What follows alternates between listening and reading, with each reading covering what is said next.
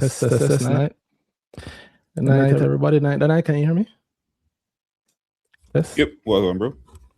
Not much. Still hearing me? Yep.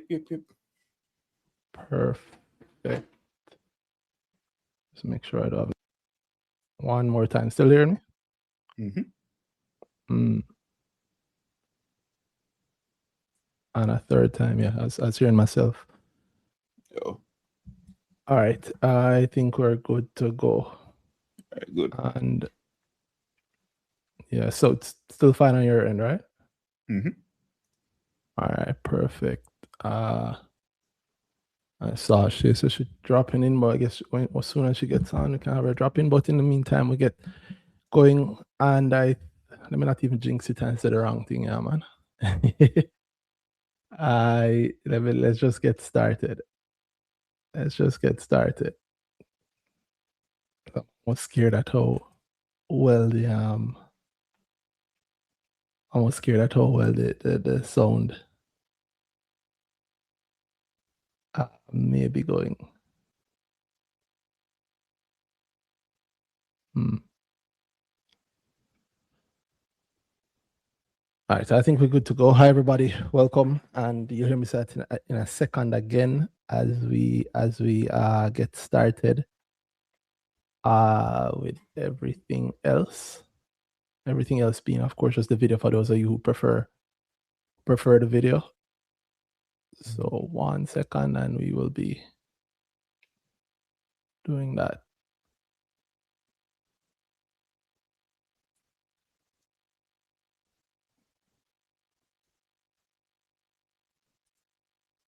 Very, very weary. All right. I think we should be good. So actually going live with the video early. Hi, everybody. Welcome to this week's BrickTalk. As always, I'm Randy. And as usual, I start off by reminding everybody that you shouldn't embarrass anything that's spoken about on this show just because we're talking about it on the show, right? Make all of your investment decisions with the help of a licensed investment advisor, and this show, nothing on the show should be taken in any way, shape, or form as investment advice, right? Then is a licensed investment advisor, but while he's on the show, he's not acting as a licensed investment advisor. It's just one of the guys talking about investment, business, stuff that we love, right? And if you weren't aware of that, I'm sorry, and feel free to leave. And if you are aware of that, feel free to participate. We'd love to hear from you. No, having said that, welcome to everybody that's listening on Twitter and also watching on all of the various platforms, YouTube, or if you're watching in the future, hi, welcome. So this week, Danai, how you stay? How you feel? Yeah, how things this week with you on the market? Interesting week on the market, you know. Yeah. Good. I was traded more, so I think, and that's what I was really looking at. There's some changes on the portfolio, so yeah, whenever I'm more active, I feel like, you know. Yeah. I feel like there's more happening anyway because I'm literally doing more. So I guess that's it. Yeah, that's the secret to all the news, right? You see it more, so you figure more is happening because you see it more. Same way. I'm the same way to it. Anytime, whatever I'm doing more in the market, you know, the market feels realer to me. Yeah, I mean, I sound like this because the waiting period is bad or anything. I mean, it's just you're actually looking at less. So that's really it. Yeah. And regardless, I mean, we had a lot of things happen on the market this week, especially coming right up into BrickTalk at the end. I mean, we saw the Scotia notice come out today, right? Right at the end. Well, that's what, maybe 2 hours ago. About then, or was it earlier?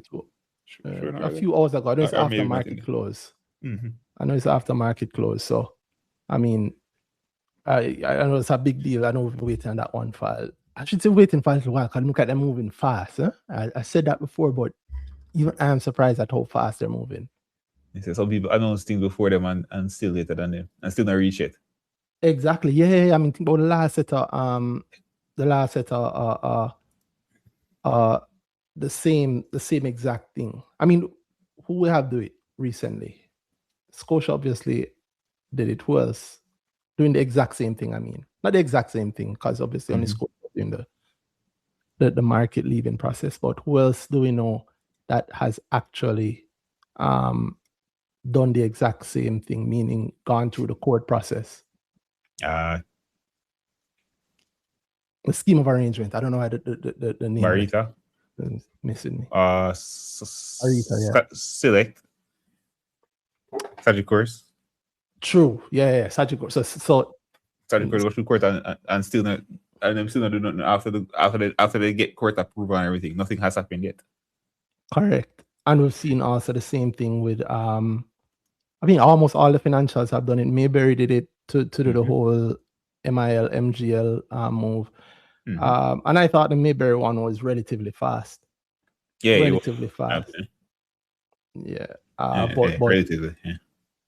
The Scotia moving, and you know what I like about it moving is fast. Same thing like with our favorite broker, where it shows what that I've things always can said. be done quickly. Exactly. Yeah, man. Which is I even look at which is my footnote for like the Mayberry. They move fast because it's not that it's not possible. It's just some people take long because they want to take long. Yeah, exactly. So one of the things I always say, like when I'm doing grow, is I tell people that for certain things at certain parts of the process is not that this thing have to take long. Is that the people that do it take long because it can be done quickly. I mean, when I say any part of the process, something like when I'm telling people about getting a brokerage account, and I explain to them that, hey, opening a brokerage account and getting started, I'm not talking about getting started and building your whole portfolio, but just getting a brokerage account and being able to use it is something that can happen within a day, start to finish within a day. But it's like I say to people, it's like them don't believe me. And I know them don't believe me sometimes because I actually say it. And them say, yeah, but you hear them talk like them don't believe it. No, because you talk to them and you hear people say things sometimes like, I don't know, people tell me they've waited weeks or months to get a brokerage account open because hiccup after hiccup. And I'm telling them that, no, I've had that process done in a day, within the day. Like within the day, start the process and able to use JTrader before trading close. And this was when market used to lock at 1 o'clock. So it's good to see when the process is run in the way that it can be run, and it gives, I guess, verisimilitude to the idea that I put out there that, listen, a lot of these things, a lot of the processes are done this way because it benefits somebody for it to be done this way, or maybe somebody's inefficiency, or just somebody come in and why would cases, with specifically with the account opening, very often inefficiency. More often than not, we're taking longer. Inefficiency. Yeah, somewhere the process too convoluted, or somebody in the process is making just sitting on something. Yeah, often the case. Yeah. And I feel like for the account opening one is that the people coming, because like I think that's like a process they give somebody at the front end, the front desk handling it, and that person likely they probably haven't been there for years, so they get a process and then hear how it going. You come there, you see somebody take long with it, so why am I gonna try and do it any better? All right. It's not like it happen every day. The thing that usually takes long in that one is is understanding between like the salesperson and the back desk and like what exactly is required. So it's often, this document isn't, you've done this a million times, or somehow you accept this document that shouldn't be accepted, or something like that. Or even in most cases it's something like that, or that document doesn't pass, so you need to get back a better one. Yeah. Well, and then you wonder very often, we do this a million times, how we still getting around like that. Yeah, sometimes just as some of those processes go, they as much as you try to handle it, you can set a process in place where it's different when you have employees running the process. You get all kind of inefficiencies, and that's where management comes in. That's where it gets harder. But maybe to swing us back to our actual stated topic for this evening. So this evening we're talking about the age of disclosure, right? So I usually come up with, as I said before, we've done BrickTalk for so many years at this point. Side note, and that is probably a BrickTalk thing, or an in-season thing, the tangents. I'm knocking myself hard because last week I forgot to mention it. Last week was, I think, the 7th-year anniversary of us doing this, didn't I? Yeah, blew my mind. After I came off a site, like I think it was on the actual date, it was on the actual Friday. I have it in there as the actual 7-year anniversary. So big up to us doing this. I hope it has helped a lot of people, and I hope it helped a whole lot more. Mm-hmm. And I say all that to say that something that I spoke about, I think last week or the week before, is that I often wonder, like, why is it so hard sometimes with us with the topics? And I remember that when we started it, we do it as a podcast, so we would have the conversations, and we don't always have like a theme or we have something that we want to talk about, a couple of things we want to talk about, but we'd have a set theme. And then we'd have the conversation, and then, it'd be processed and uploaded and whatever. And by that point, we know, okay, based on our conversation, we know what we want to title it, and it comes out, which is completely different from nowhere because we put it out early. I'll put the notices about it early, and then we come on, we have that conversation live. Lots of times we stray off topic, or the tangent carries us down one or the other lanes, right? Which I don't mind, but it was just something that it took a while for it to click in my mind. So, oh, that's why, even though we might be saying,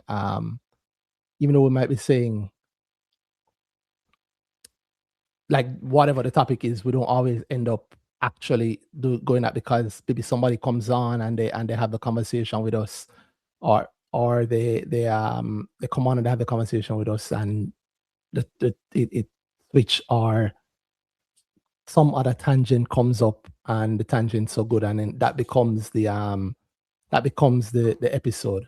So I say all that as intro for our official topic for this evening, which is the age of disclosure, which, as I put it, is around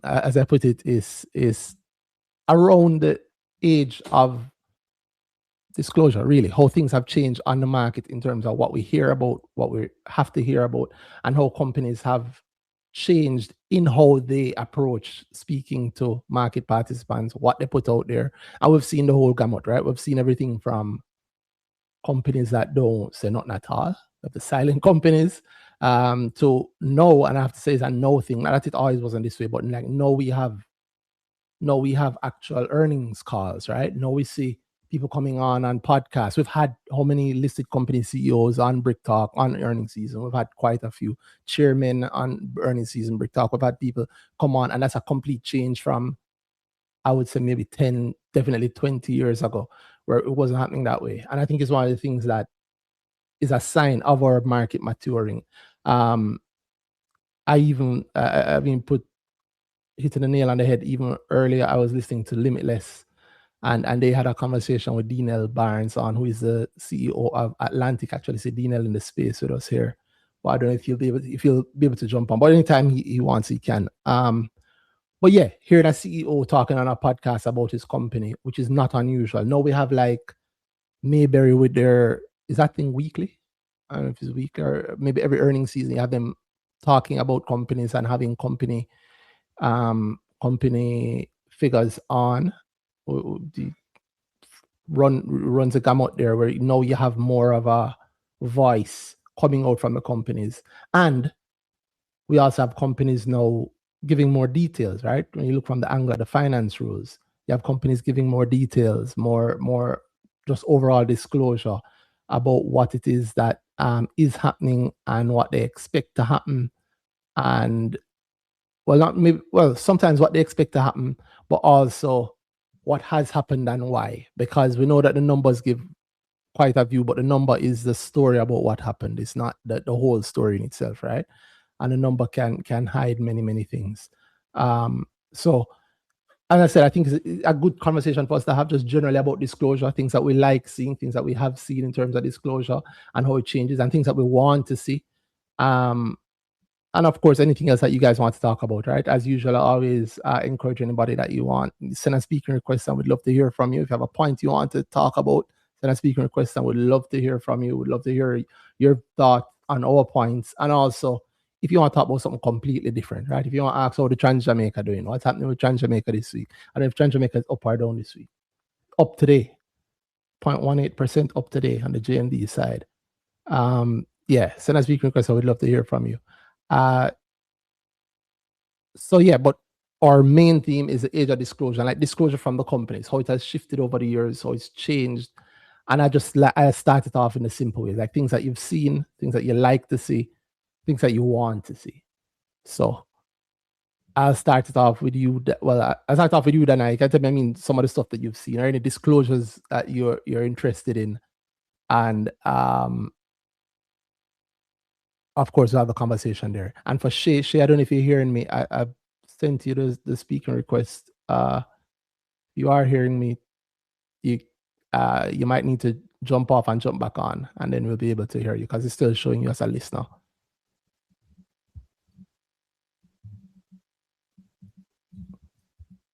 Oh yeah, Dana, how you doing? And Dana, you muted, by the way. Yeah. Okay, my bad. There we go. Yeah. I was saying I'll bring up my money. Perfect. How are you doing there? Perfect. Shay, how you doing? Oh, yeah. Yeah, I'm doing good. I'm doing good, guys. I'm sorry for being late. All right. No big deal. I mean, it's online. It's not really ever really late, right? Yeah. Plus the tech seems to be working with us this week. Yeah, man. Yeah. But this is a really good topic. Something that's I think is very important, very timely as well. So looking forward to getting into it. All right, yeah, but then I was saying it sound like you have something already in mind. You have something? You have anything you have disclosure around? Or anything about the new to be age of completely honest, when you came up with the topic, I was thinking more globally. I don't know, my mind worked like that where I go really wide and then narrow down. So I was actually thinking of it in terms of why now? You know, like, all right, let me see if I can. Information sharing is very, very popular right now. Even in different industries, even in like entertainment, the way people are able to engage with celebrities, that's never happened before. It's not a thing that used to happen. So I was thinking about it more globally. So everybody like feel like, yeah, me need to know. Why me not know? It's very popular for people to expect information about people, about things nowadays. It's just I think globally that's where we are. So the baseline has changed. Yeah. We expect to know. We expect to know. We expect to hear about it.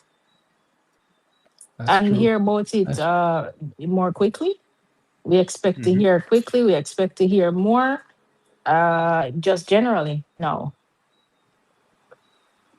Yeah, we expect. On the flip side, I'll say one of the negatives I think about that is that because we hear so much, there are many things that, and I'm bringing it home to the market and stocks now, where there are many things that you don't necessarily like. There are processes, there are things that happen that you don't. If you understand the process, you know that you're not necessarily going to be told, or you're not going to be told immediately. Or if you are told, you're told in a certain way, or some things you just have to go and search for yourself. Like some things, it's nobody's responsibility to tell you. And expectation on both sides, where we generally want people. We think we should be told everything. And no, I'm not saying that we should. I'm just saying that is the expectation. That's the expectation generally. People then take their expectation as where the baseline for reality should be. So, I'm not told this by whoever. Yes. It's a mark against you. Yeah. And whether good or bad, or there's something like, how I never hear about this? How come you never get up and tell me in the way I want to hear? Yeah. And truth is, oftentimes we are told, it's just never in a way that you are looking for or you want to hear it like that. Yeah, man. So interesting topic. Let's to unpack. What was the question you like to do, Randy? You're asking me. Is there anything I want to hear, or is there a disclosure I want to see, or is there a disclosure that I have seen that I found interesting? Or what was the actual question? Both of those actually. Yeah, both of those are I had in mind. Yeah. the disclosures that we want to see. But you hit the nail on the head just now with that. You said it better than I was saying it, which is exactly that, because it ties in so well with what Shay was saying, where because we're told so much, we have information overload nowadays, that we forget or don't know or make the mistake of not knowing the things that is nobody's responsibility to tell us, right? And like, it's your responsibility to find out for yourself. And every now and then you come across those cases where it's something important, but it's nobody's job to tell you, right? It's your job to know. And so you think, you just see the reactions around it. And for me, bringing it home to the market, for me, what I always try to do, especially with us as investors, retail investors especially, is to point out certain things and point out how the responsibility for certain things is on us. Like, ultimately, talking about the stock market, ultimately these companies are companies that we own. It's our company, right? Nobody would look on Michael Leachin and expect to be told XYZ in NCB. The reason he's told XYZ in NCB is because it's his, and he set up the processes and the people, and he know what it is, right? And if something is external to it, you get the people and you find out and you dig. Or if you don't know, you find somebody who should know and you question them and you test what you get, versus just being served everything. And because we're in the age of information overload and we get served so many things, we make the mistake of thinking that everything is to be served in the same way. And that's doubly dangerous in the case where there are things that maybe they don't want to tell you, right? I always joke about the JSC notices, how well worded they are, the ones specifically from JSC. I mean, like, I remember when, what was it, last year? When was that big deal being made? I think enough time has passed now. So that big deal being made last year about trade info. Oh yeah, man. Yes. And I was saying that same trade info. Yeah. Yes, I was saying that, you know, I point that when you say the reaction, I'm surprised at how visceral the reaction is from people. Like, it's almost like the anger. I say, like, hey, your stock holding is not private information. Private.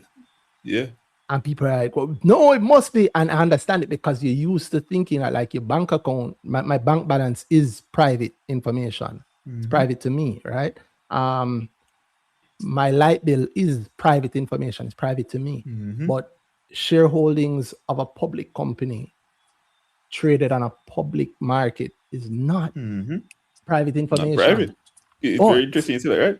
Yeah, but almost everybody involved in that process knows that if they say that to you, they're going to, the reaction is so visceral. So why would I piss the customer off? Just have them think otherwise, right? And just don't do anything. And then, so when something happened, like what happened last year, you're like, how could they know? How could they know when it was talk about the market and XYZ and what said that again tonight? The journalists.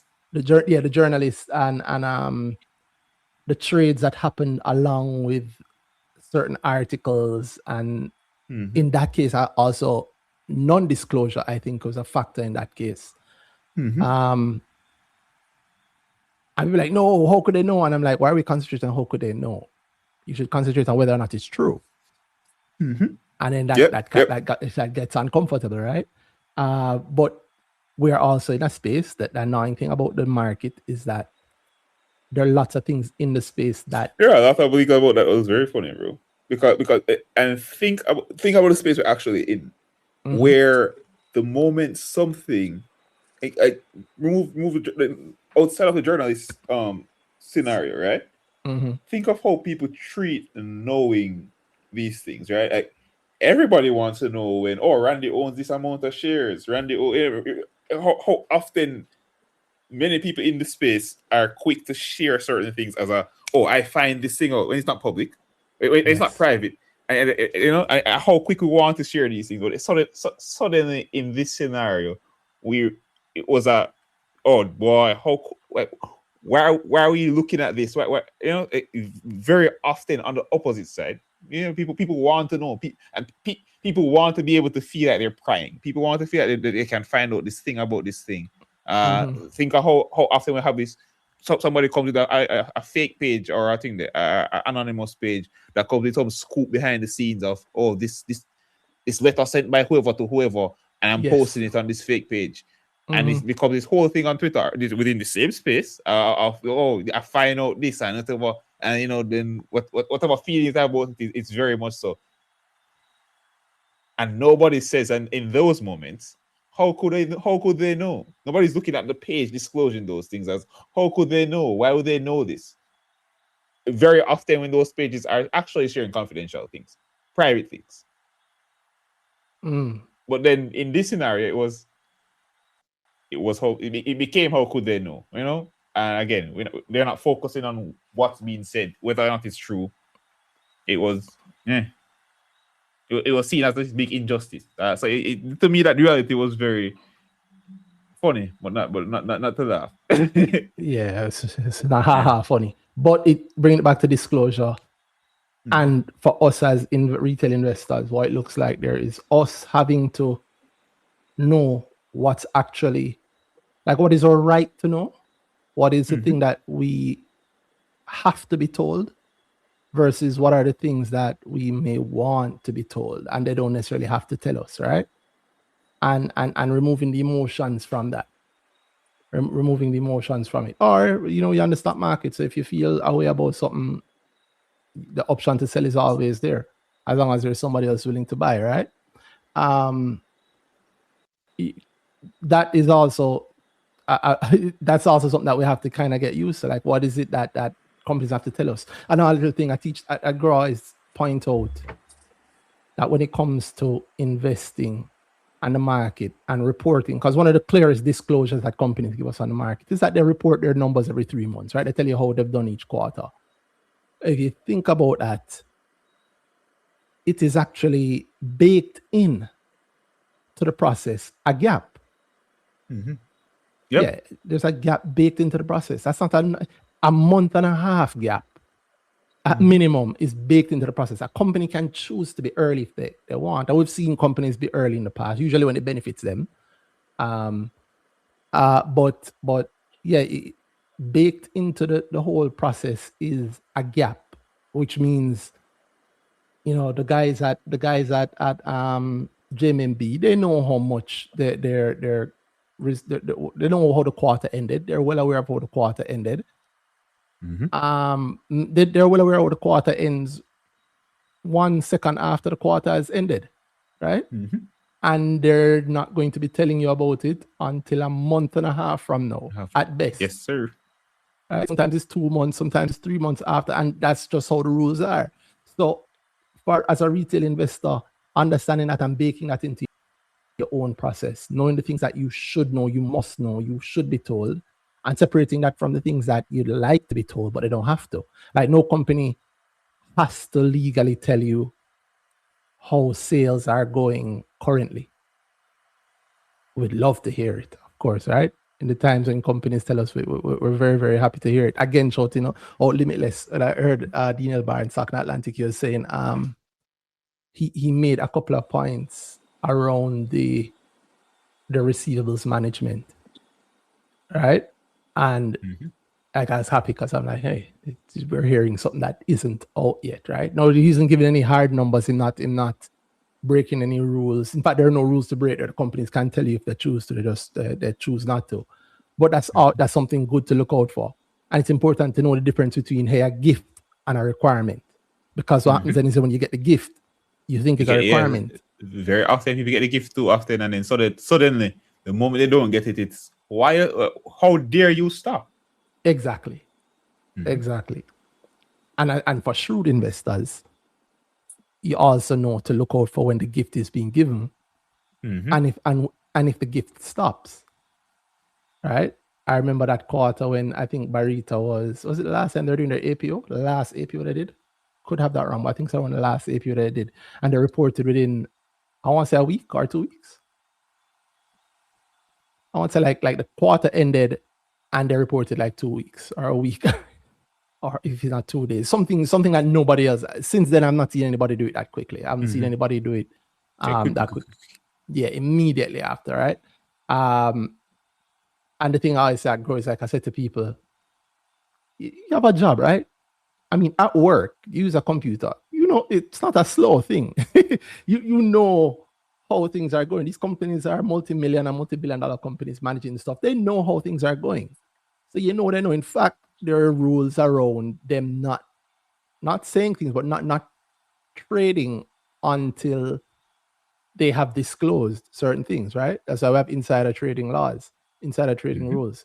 So that, I think, is one part of the disclosure game that has been played very, very well, and the companies have been sticking to that for the most part. But I think on our end as retail investors, there's a whole lot more that we have to do to understand what is the gift versus what is the requirement, and not just ball for everything as if it's a requirement, and then also know who things are required from. That's a big one that I think is beating us. But maybe I don't want to do everything in one go, so I'll leave that one for now. Maybe we'll talk about it later. So we do have somebody that joined us early though. Lopo, I believe. Lopo, you hearing us? Hey man, I hear me? Yeah, man. What's up? Good. Oh, go on. Not much for you stay. Yeah, man, enjoying the Friday and the conversation so far. Big up on yourself, Big as up, usual. Big up Big up Shay. Long big time. up Last yourself, time I did, I thought you never there. I don't know if Shay know that Definitely, we're yeah, hearing her. Shay, you hearing us? Yeah, man, I was saying big up yourself, Lopo. Yeah, man. Yeah, here. So we're Yeah, good. We're man. good. All right. I'm here. Yeah, I thought it was an interesting week, and an interesting topic for you guys to be approaching tonight. I had some strong opinions about some things that happened this week. And I mean, firstly, I think, in the space that we're in right now, on this forum that you guys have created to, talk about the market and in all aspects and all forms, and definitely over the years, be just putting people into a place where they seek information, and that the things shared here are properly verified. Um, it seemed like it went left again this week in certain forums, and that's unfortunate. I don't like that, especially when it's not something that is being refuted with anything except conjecture, and there's nothing solid being said. So this whole conversation, to me, when it came to about disclosures or things that were said about companies' tax eligibility based on processes that we all saw happen. Okay, I was wondering what you're talking. I was like, yo, you're talking like a politician, brother. Yeah, go around. I was going to be way more frank on this more practice, man. that I was, but me hearing the talking very like well structured. So I guess me just a couple, Thank you. Yeah, you can. That's not bad. But yeah, you're talking about, okay, so we're talking, I mean, about the Atlantic. And it's not just Atlantic. Because it really No, is it not wasn't. Atlantic. It's not exactly not just Yes. Atlantic. It's not just at Atlantic. all. It's a lot of companies, but it's something that came up. At least I spoke about it, like we do on this show. We're not pretending. Right? We're not the business news. We're actual investors. So I spoke about Atlantic because I invest my money in Atlantic, right? And Atlantic, they were suspended for 1 day, as we know, or 1 or 2, like the Friday and then back the next week. It is what it is. And then I have to consider that as my investment, like what's happening with my investment there, because I know what the law says, right? And the law does say that, in the event, we've said it multiple times on the show, the law does say that if a company is suspended from the market, it doesn't say this, I'm paraphrasing, but pretty much it says that from the point you join the junior market until 15 years later, if at any point during that time period you're delisted, suspended or delisted, you lose a tax break and you have to repay all of the money that you've gotten from any years that were taxed, right? And that's been my point. And of course, as a unhappy at that point Atlantic shareholder, I want to know about it. I mean, I've been as open about it. I sold a lot of my shares. I wasn't happy selling them, not because I didn't like it. If it hurt my heart after, because after I sold this, the Q2 results came out. And if you guys saw those Q2 results, but they were quite cute. They're good. Yeah, they're not good. They're great. They're right along the lines of what I think some of us would know to have been expecting. Wanted to see. Time. Yeah, expected and want to see. It's like, yeah, man. The Grower Grads, I mean, the Grower Grads know how long I've been talking about this too, and how excited I was. So, you know how happy I am. The shares went by at 70 and 60, not 60. I don't think they went as low as 60. But the shares that I bought at 70 odd and 80 odd cents. I mean, I'm happy for their future when I'm seeing results like these, right? When I'm seeing results that show, just to give you a top line view, 42 million in profit against 785 million in revenue that's against just the Q2. The profit is 140% higher than it was the year before. And funny enough, as good as that number sounds, 140% increase on the one quarter, 351% increase on the Q1. I'm not as impressed by the percentage, although it is impressive, because to me it's like a new company, right? Like this is the first we're really seeing what the new Atlantic is. It might have the same name as it has before, but it's a completely new company in my view. So then the tax break point is like a thorn in my side. Like I need clarity on that. And so that's where I brought it up from. No, Lopo, like you said, I mean, some of the I wouldn't have said anything either. I did talk in the SOTR group. I usually wouldn't say anything, but I've learned to not let some things go lightly because just fly. Because we saw the share price drop, right? And people are talking about it as if, there's any manipulation or whatever. One, that's not how manipulation works. So that's it. I'm not a happy seller of my shares, right? My brother. I am not a happy seller of my shares. I find, let us be real here, man. Manipulation conversation comes in. Why? Because you don't want to sell the shares, and you're upset that somebody's saying something that sounds bad against it. Is that really it? Like, I'm not allowed to express what the law says? That is my point. And this goes back to something that, especially in my line of work, really grinds my gears. And not to make this too doomy and gloomy or whatever, but it's the same example of like when we did have the whole COVID Ambas website thing, data breach thing. And it was the foreign reporter that was reporting on basically the ridiculous security policy that they had with the data that was going through that website.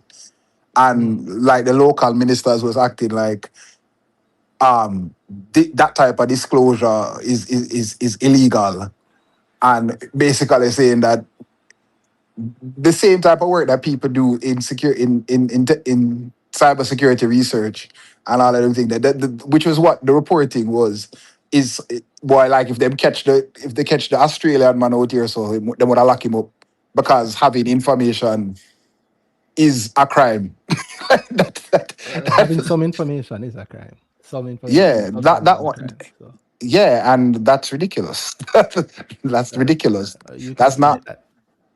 I find that ridiculous. Well, politics done with me, Yeah, I find that ridiculous. And in the same scenario, I just draw the parallel of like, this is a law that you can go on the ministry's website and look up right now.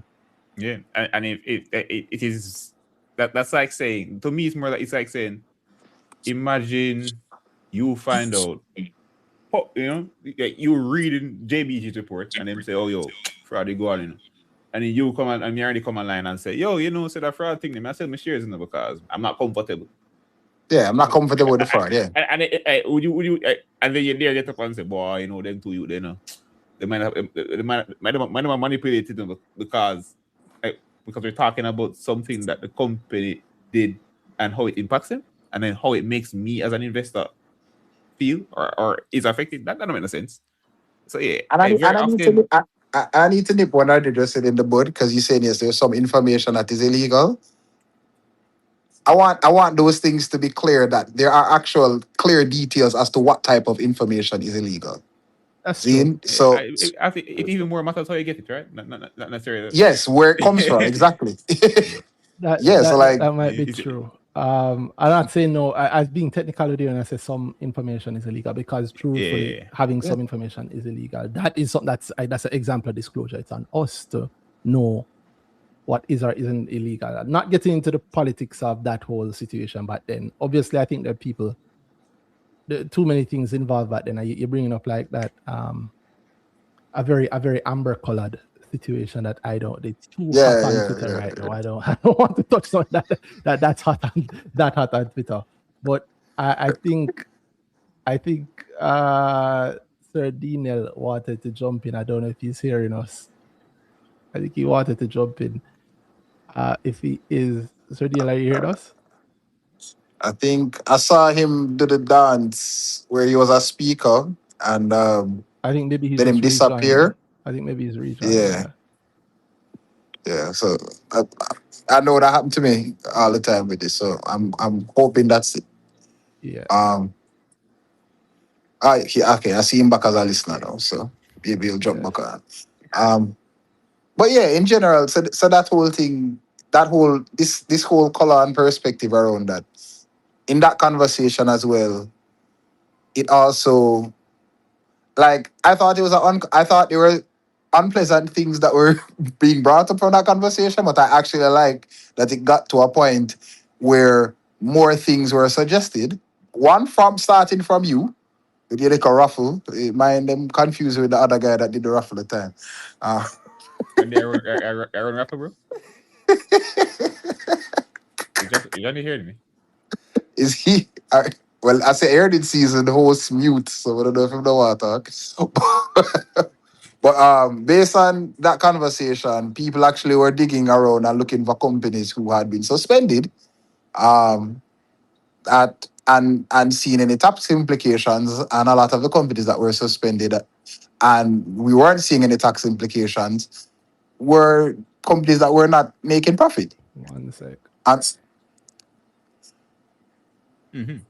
yeah, yeah, man. And then one a frequent guest on the show. I don't know who I get loaded up for who fired what, but the frequent guest on this program here actually found one that was suspended that has made profit, and there was no communication around their tax break being removed or needing to be repaid or anything.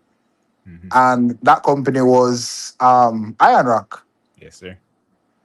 And even ironically, speaking of disclosure and the new market and new communication, Iron Rock went and had a nice forum. Was it the next day? Mm-hmm. They had a nice little forum talking about their results. And in the audited results that we are looking at from that conversation from the Atlantic startup, in their last audited, they fully mentioned that they're paying half tax. Mm-hmm. And on the quarterly numbers that they just released, and they're having the Mayberry, what was she was a advisor, but representative, go through the numbers and state all the details. They have on the last quarter's result nil tax. Interesting. Because of the junior market. Yes, sir. And that's the company that's monitored by the FFC.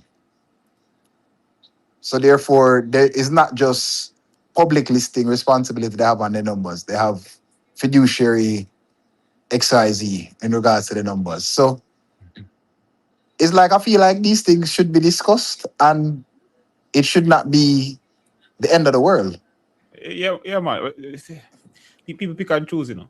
I'd say it's very much within the line of what we're saying of people feel certain ways about things, and then very quickly they decide things. So this this disclosure, I'm getting this at a certain level. I take whatever for granted until it reaches a certain line. People will be doing it, and then sometimes it reaches a line where, oh, this makes me feel this way, then suddenly not okay with it anymore, right? I'm just like, are we not Think supposed of to care? I wonder sometimes. I think of SSL. Yeah. Think of SSL. Think That, of that's along the line of disclosures and certain things that shouldn't really fly past, and then we're in a situation at the end of that training, we're in a situation.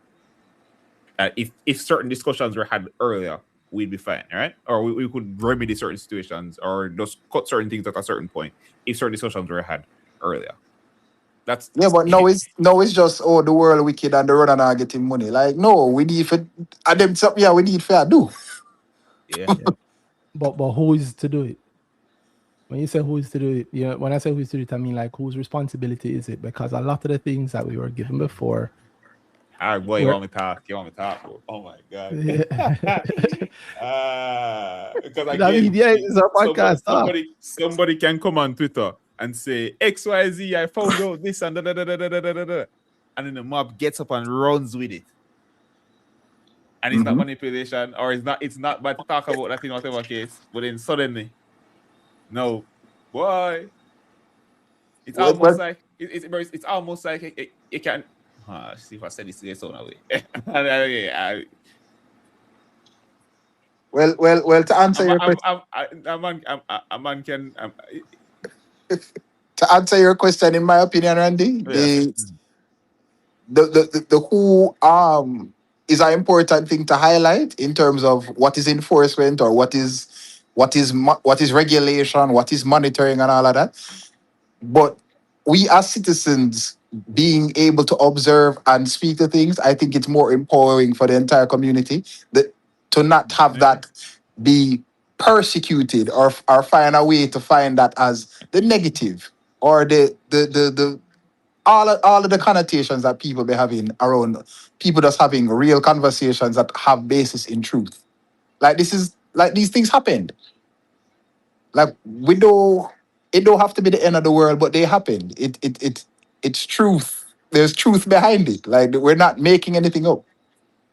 You know what I mean? So having that discourse being something that's available to us without it being like, oh well, obviously it's something bad you do because you talk about it. Like we're not supposed to care. Like people put money in these things. These things are not these buildings that I see out here where all of them skyscraper for all of them financial is things and people money you build them something there. Exactly. So what I mean is I'm not supposed to care. But care. A business.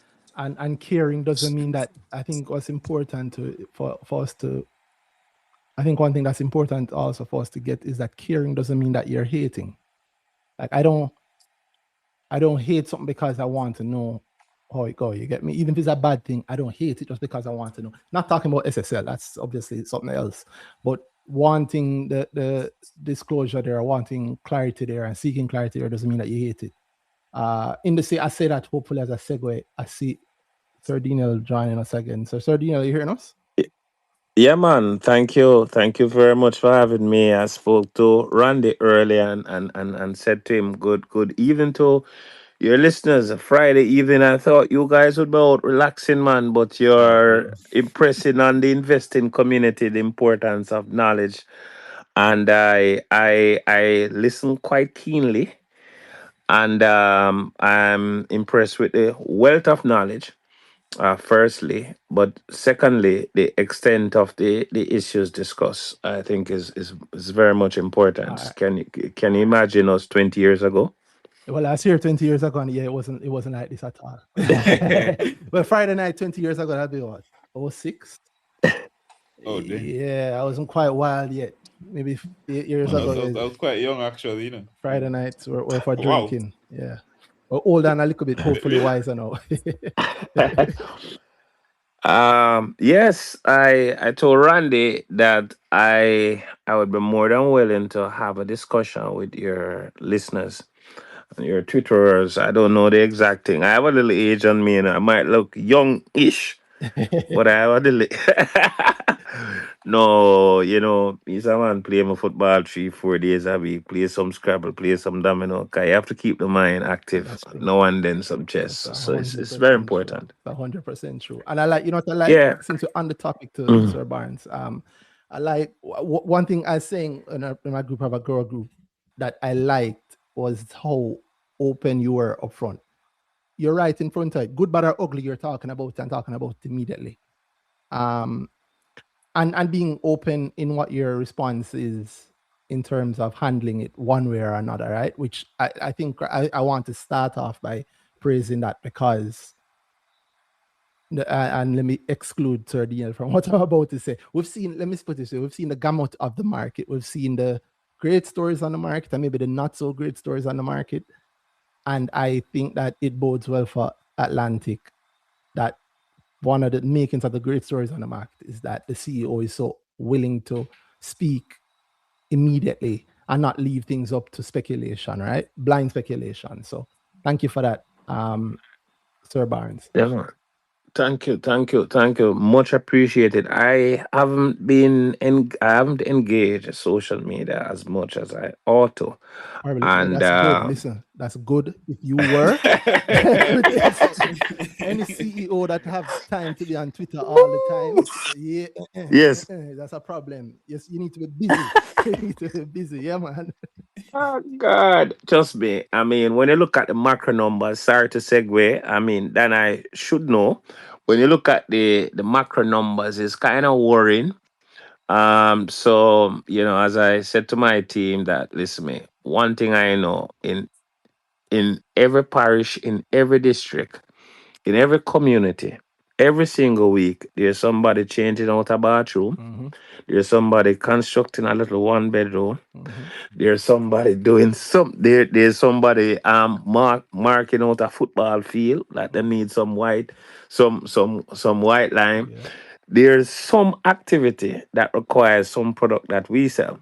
Mm. We are acutely aware of how competitive the market is, but I am of the view, having been the CEO of ARC for quite a number of years, that the relationship is what makes a difference now. The relationship is all about relationship, because pricing, most companies are going to be in and around the same price. It's really a oligopolistic competition. The big two set prices, and all other participants, some way, somehow, have to. What we have been fortunate about is that we serve a lot of the smaller hardware stores in the nooks and crannies, so we're able to add a little spice here and there in terms of the pricing to get up the margins to cover our transportation costs. But at the same time, it allows us to diversify the product offerings that we sell to them.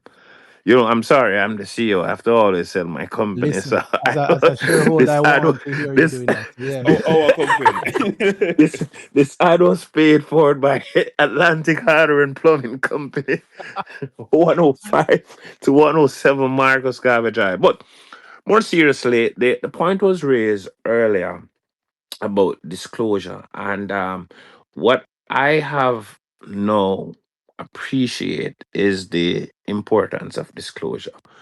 Had I known, and I have quite an illustrious board who have persons with more experience than I do, but had we known the extent of the implication of not divulging or not seeking to disclose or to indicate to the market something pertaining to the tax matter, because it's a real issue, and it is one that I will be frank with you and tell you that we have discussed internally. We have asked our attorney for a position, which they have provided, but we're also asking a tax specialist, because the underlying fact is that when you examine the subsidiary legislation or the subsidiary law, I don't want to get too much in legalese, it speaks definitively that companies who are A or B will have the issue of the taxes sought out. Correct.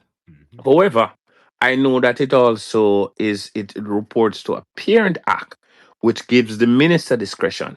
So it's not all lost. That's number one. And number two, having gone through it now, because it's something that has not only piqued my interest in the sense of specific to Atlantic, it piqued my interest also as relates to the overall market because our research has shown that there are about 11 companies Mm-hmm.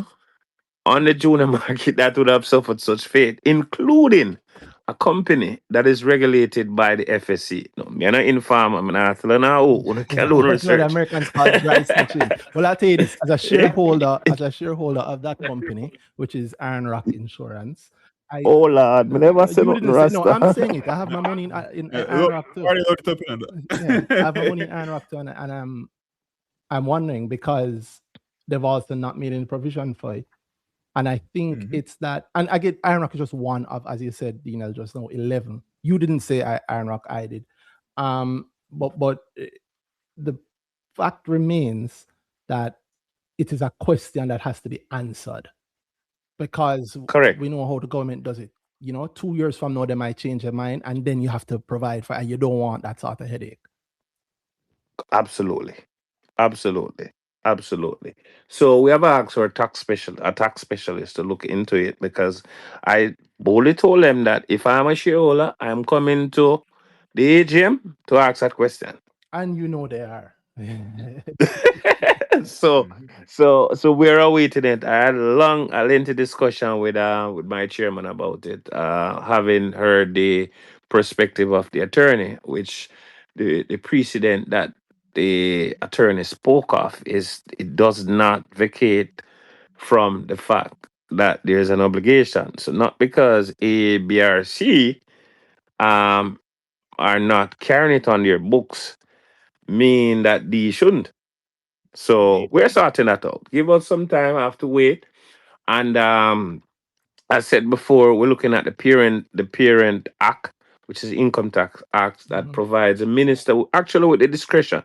So we could actually write to the minister and ask that, ABC. Because for me, I find it, and I mean, I might be wrong in viewing it as such, that over the last 3 years, and perhaps even longer, the extent of what is required for companies, especially those listed, um, a significant increase.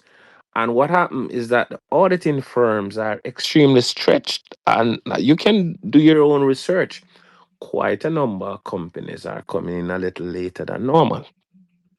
It can't be that all the accounting system for all the companies are completely out of whack. There must be something because we, for example, fought with our auditors quite extensively to treat with the issue of the ECL Mhm. because we have a certain perspective, they have a certain perspective. Overnight, we were providing for X, and overnight they basically wiped $54 million off our earning. Mhm. Boom. Mhm. We had to hug it up last minute and said, listen, we have to post. We can't go another day. So I think we're suspended for 2 days. I think to date it is a record. So Yeah. it's a record. Most companies are suspended for a month, 2 months, a year, six. But a suspension is a suspension. So is it then? And I'm talking just from a reason. If I'm an innocuous observer, I'm not talking as a CEO of Atlantic. Mhm.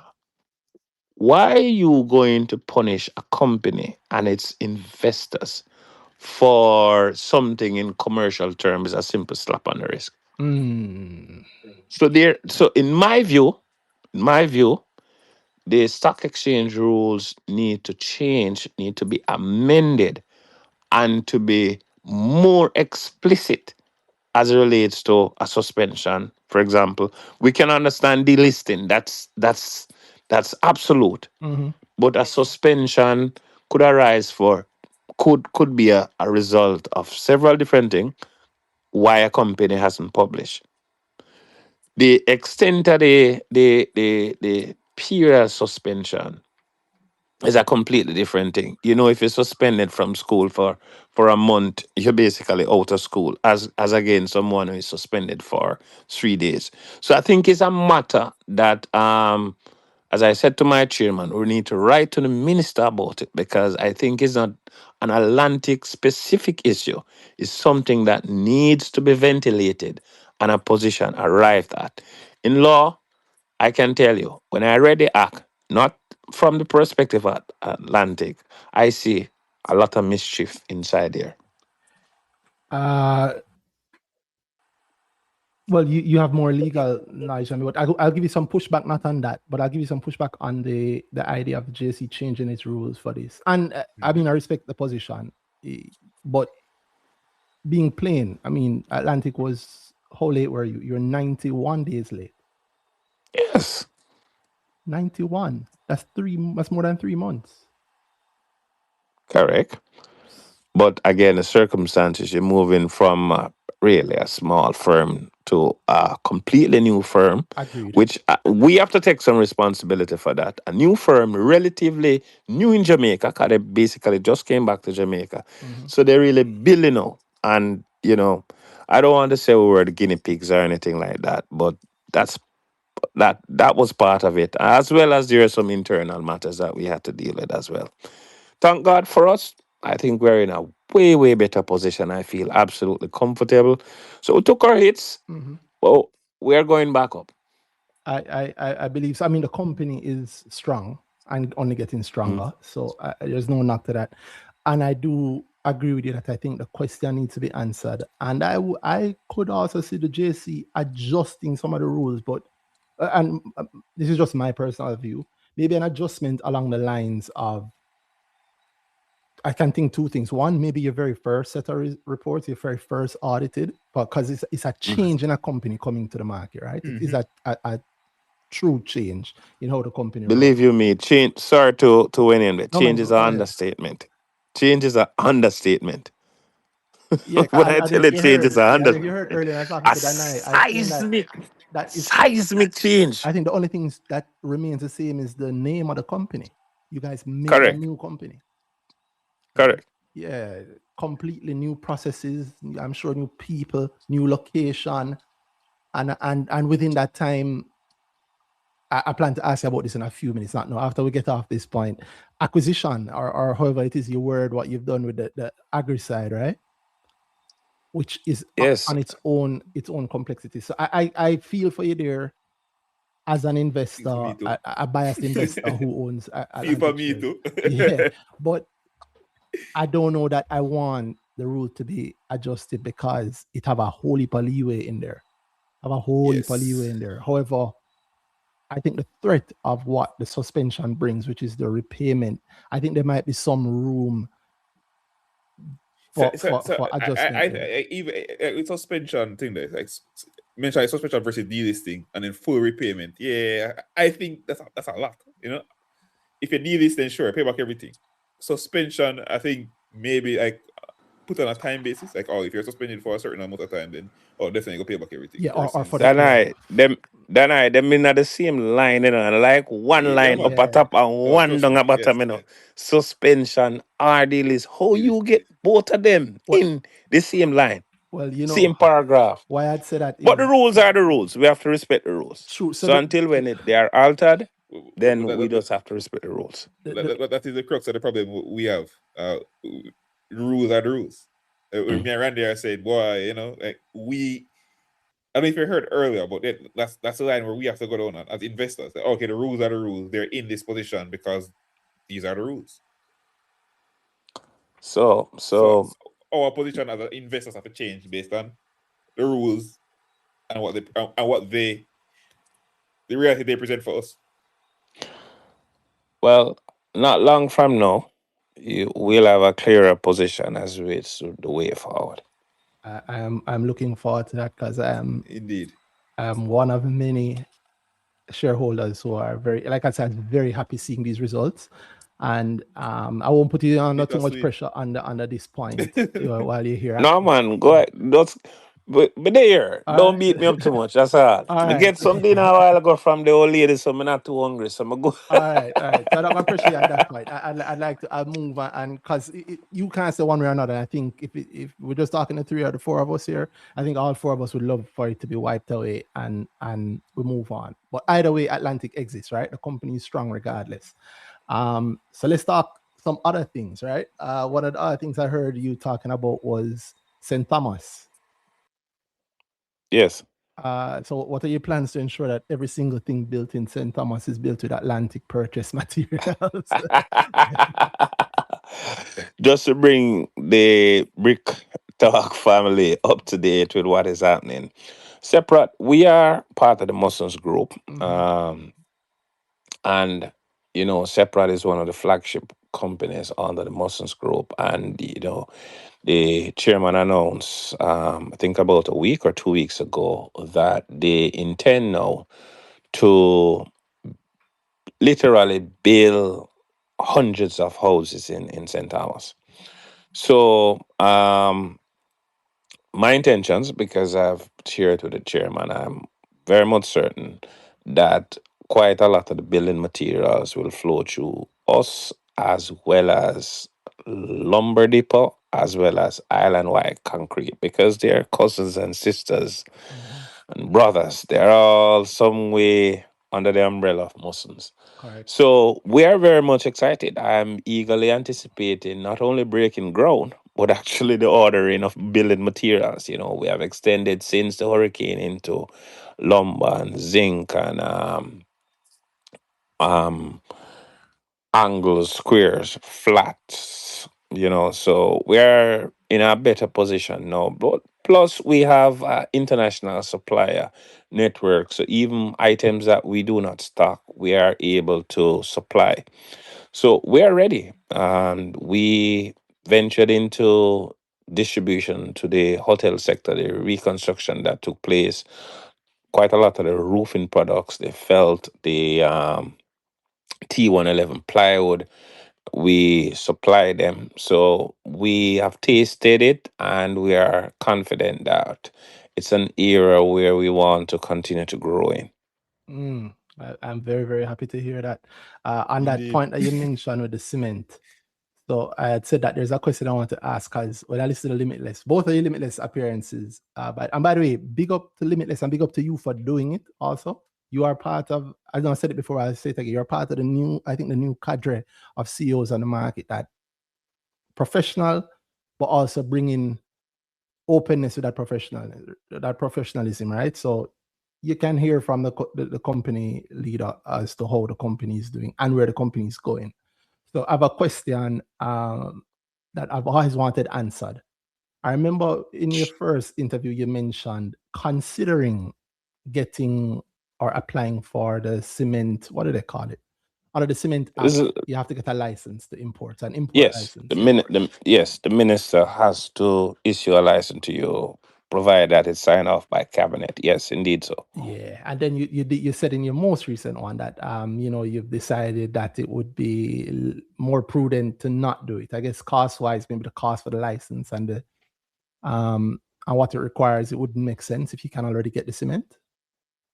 All right, so let me give you an appreciation of the cement market based on the information that I have.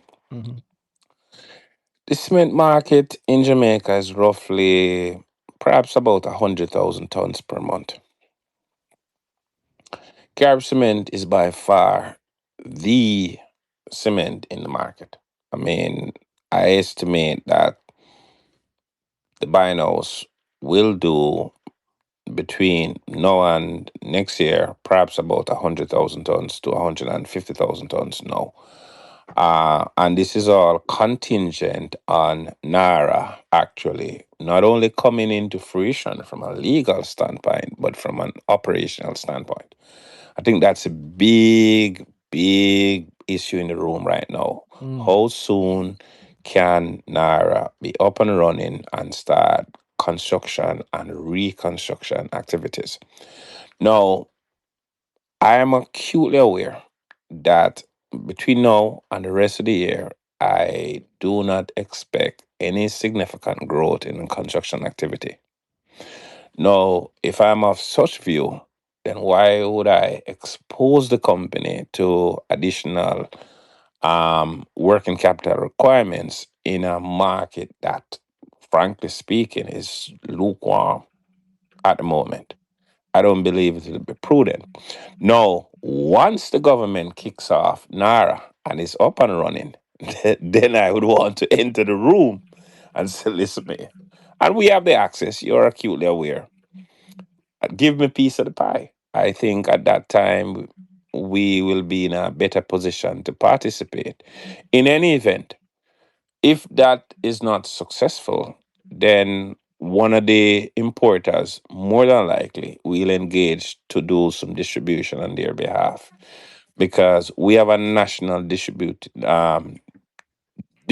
network and they don't. I suspect, and this is something that I have indicated to the political directorate, that I don't believe it was the best decision to give out 500,000 tons in licenses at this time because the market is not there for it. Well, uh, well, what you mean when you say the market is not there for it? Because what the minister said, the Minister of Commerce said at the point when he was giving it out is that it was twofold. It was one to make up for the at the time the shortfall in supply from Carib Cement, but also with an eye to NARA and the future growth and the future construction expected. So my assumption was that that was being done with like, listen, we might be, let's say that the market is there for 100, but we're giving you up to 120 because we know what we're going to be doing over the next 3, 4, 5 years. So it's not 120, it's actually 150. Oh, you wanted That's the more? challenge. No, that's a challenge because remember, if we agree that the market is, well, it's not fully 100,000 tons. For discussion purposes, we say 100,000 tons Mm-hmm. or say 1,000,000 tons for, and you're giving out, you gave out licenses for 500,000 ton, which is half the year supply. Mm-hmm. NARA will not come into full operational effect to best case scenario of March next year. Mm-hmm. You have 6 months to actually import the cement. Did you see that? Yes. So tell me, what are you going to do with that cement when you import it and put it in the warehouse and wait for the government projects to start? I couldn't expose my shareholders to that any at all. That's true. And you see, I get into a double bias here because I'm also a shareholder in CHL, who was one of the recipients of an increased So, assistant license. so they are okay, and I will tell you why they are okay. When the average consumer walks into a hardware store, pardon my use of the colloquial, say, yo, big boss, beg your bag of cement there. Mm-hmm. What he's really saying is beg your bag of Carib cement. True. No, the Binos and CHL over the last 5, 6 years have actually built out their brand so people know about the Anchor cement.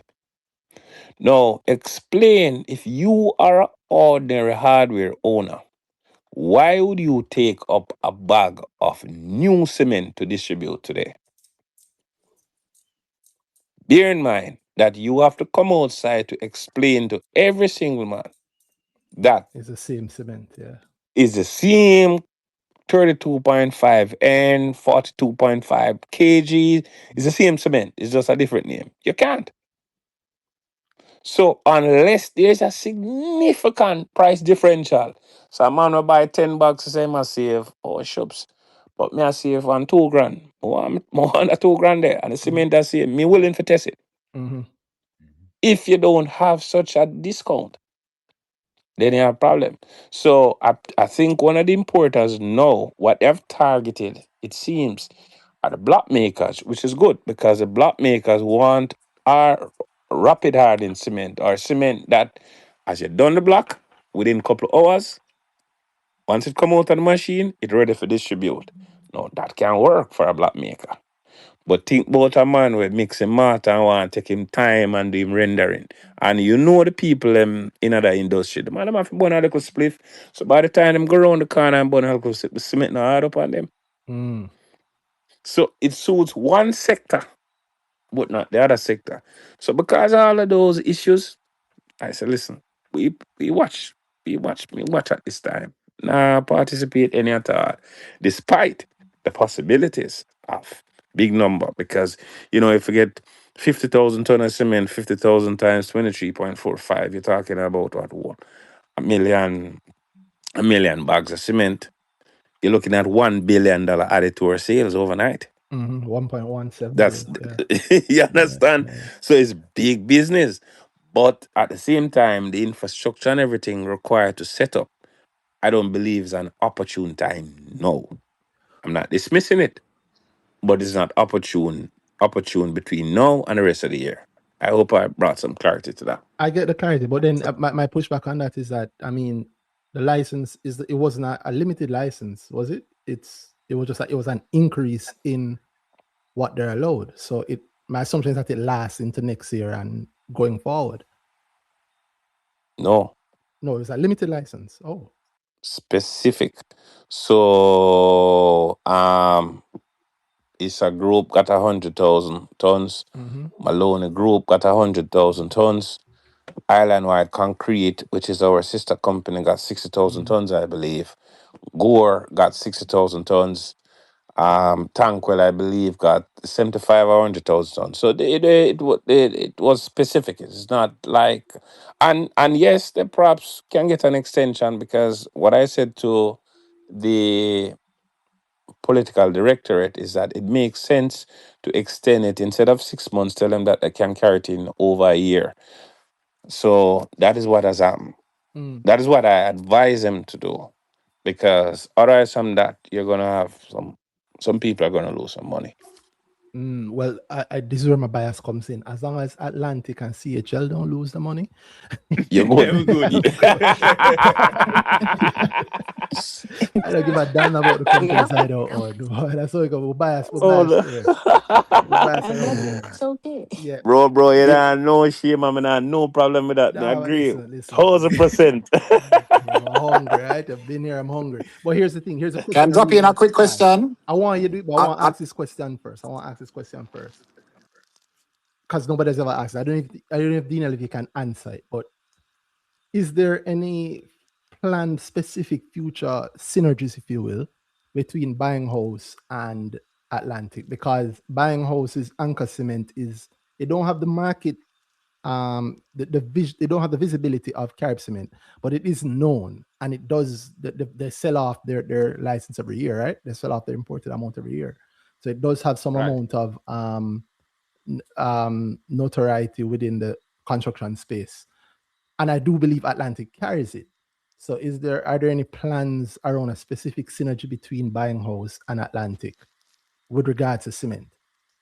Okay, so two things. Right now, we only carry carb cement, and secondly, I have a picture of your warehouse with Anchor Cement in there now.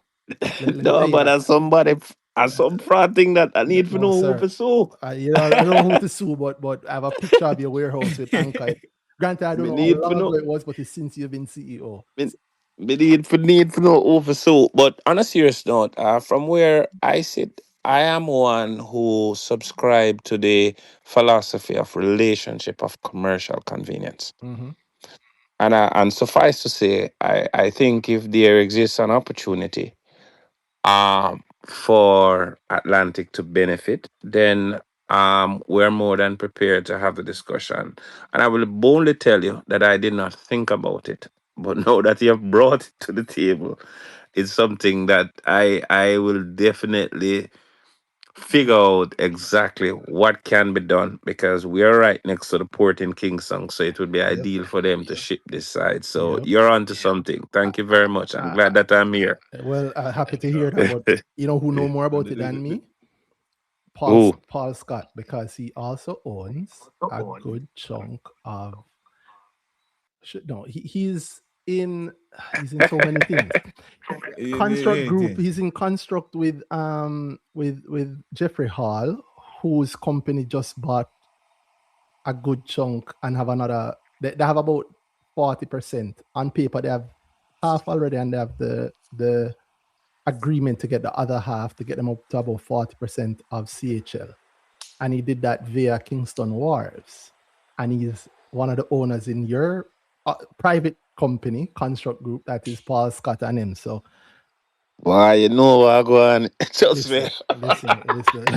Yeah. So I know that I am not the first person to say this to you. So I wish you were here so I could see your face, because I don't think it's me tell you about it. No, man, no, me no way slide up here, man. No, you a little thing here and there, but in terms of concretize, now that it out in the space, I will look more closely. Okay. I won't pressure But on there, it anymore. but yeah, man, no, man, but I appreciate that. You know, we learn every day. I appreciate that. All right. Because as far as I'm concerned, CHL is theirs, already. I look to the future. If they have 40% of it already, they did the same thing with Lumber. I will see Jeffrey Hall already making the move. They're going to have 40. The other people in Lumber is Hart, who is on the board of your sister company, separate along with Paul Scott. And yeah, so to me, it was a done deal. Yeah. So just let us know when you guys can disclose what I already see, right? Because Damisem, they're working, and you already have the distribution. You distribute all over the Yeah. island, right? You know what is the funny thing about Domisem? I'll share this with you. You know what? That Arc was the first company that did business with Domisem. I actually bought the first shipment of cement from Dominican Republic from Domisem. Word. And there was this big war with Carib Cement over it, and the minister Yes. and Jamaica and Dominican Yes. Republic. I can tell you Yes. that's all of that. Yeah. And I will tell you this much. I can say it now because it's years. We were the same one who bought the cement from Carib Cement and ship it to Dominican Republic. Well, if you can do that again via Atlantic, please. God, those were some good old days.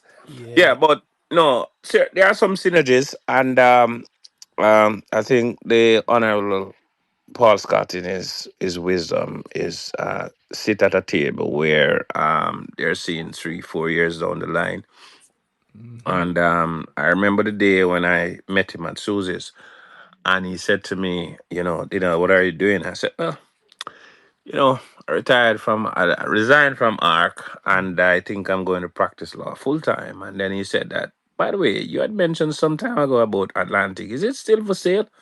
I said, I think so, Him said, well, let's buy it. And as they would say, the rest is history. Then I hear that. Randy, The general say, so let's can buy you it. even mention something to him? Even mention something to him. General say, let's buy it. Yeah, we have one or two things we would love for him to bring within the fold. And say, let's come to that Randy, let's buy it. Yeah. My God. And we wondered, because from even when you were at ARC, you came up at least on our internal list, because we were wondering when would ARC list. Can't speak of that, I can't speak to that any at all. Up to now, I can give you Norman's number and the CEO's number at any point in time. Okay. But well, it was when you left, and then you see Atlantic. Now it's like, okay, I know him take it serious. And what I do like is that at Atlantic, you have skin in the game. You are also a shareholder.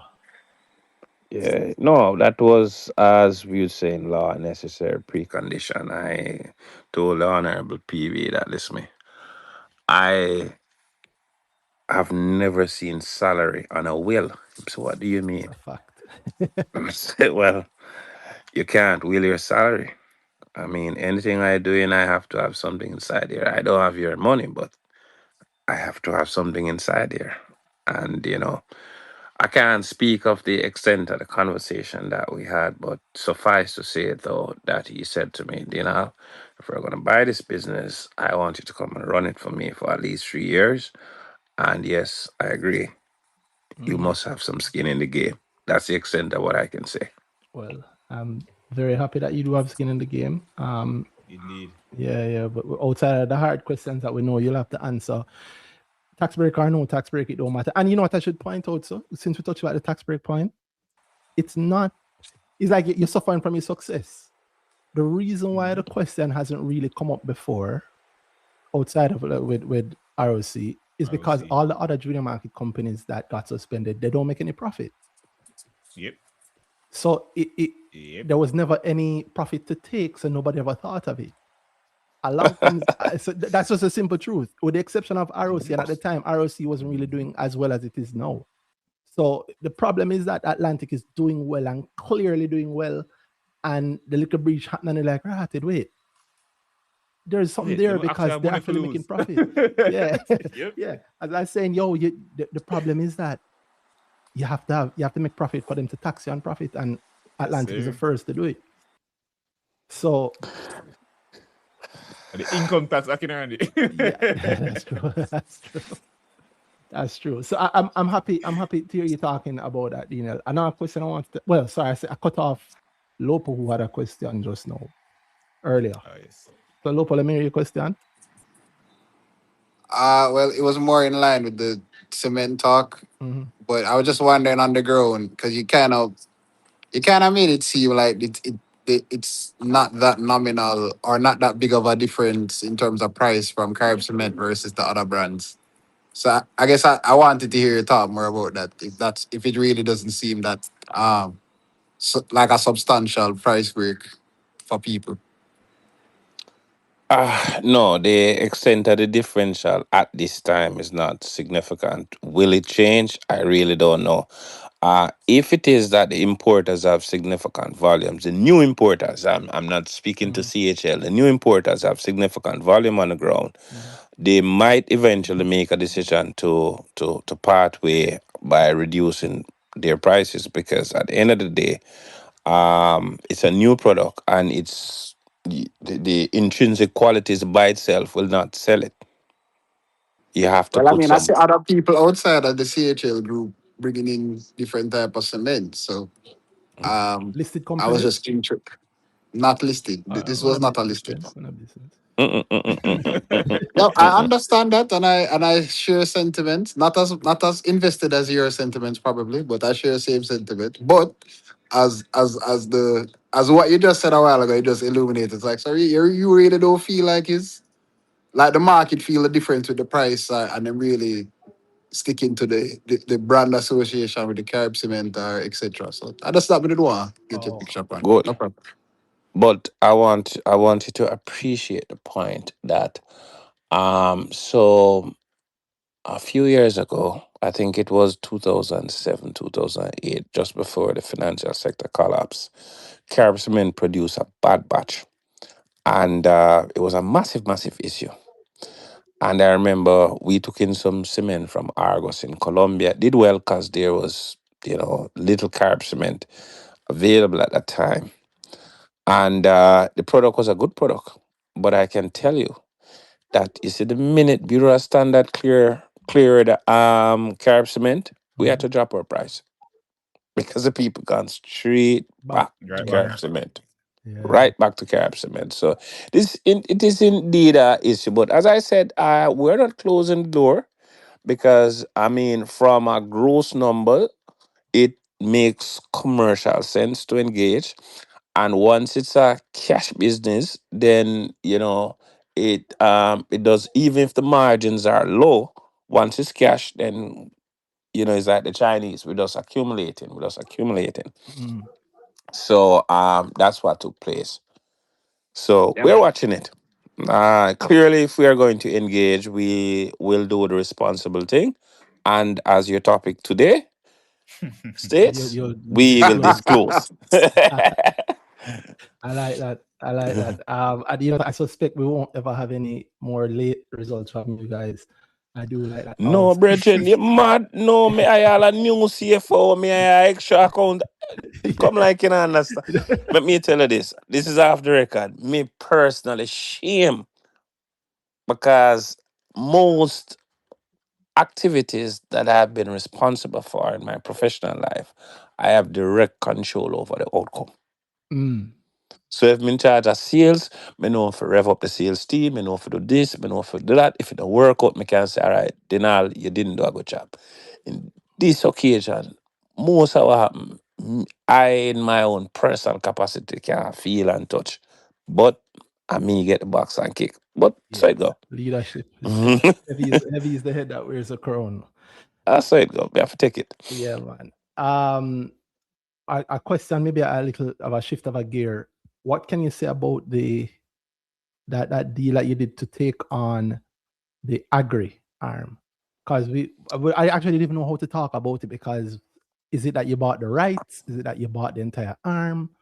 What is it? Okay, so in February, we took over the distributive rights that was once held by T. Geddes Grant, which you know is our cousin company, same way, same Moses umbrella. They had it. Their numbers for perhaps 6 years were just going southwards, and I discussed with who was the chairman then, PB, that I believe that there are some synergies. And I was asked to make a presentation. What synergies am I talking about? I said, well, even without a presentation, think about it. In every community, there's a farm store and a hardware store. I'm saying, related, yeah. So I said, then if me, I'm Chuck, I deliver to the hardware store. Yeah. Then I can put 10 bag of fertilizer in the same truck and deliver to the farm store. Yep. Yeah. So me I say the same hoe, the same cutlass, the same file, the same garden hose, the same XYZ. So we distribute the same thing. So we took it on as a project, and praise God, so far we have done reasonably well with it. In the June, July, those 2 months were a bit tough, and I think the country is acutely aware, because you can't wash car a certain place now because of the drought. Yeah. So it significantly affected St. Anne, Manchester, St. Elizabeth, St. James, Hanover. So we started dipping numbers and we anticipated it.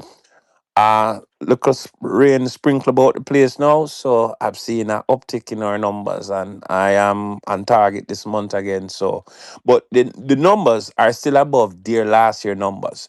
So if I'm supposed to be specific, in our 6 month results, the agri contributed 295 million to our sales.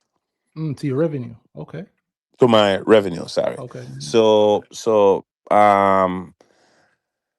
last year I think we did roughly 1.8 billion. We're looking at absolute minimum this year, somewhere between 2.3 to 2.6, 2.3 billion to 2.6 billion.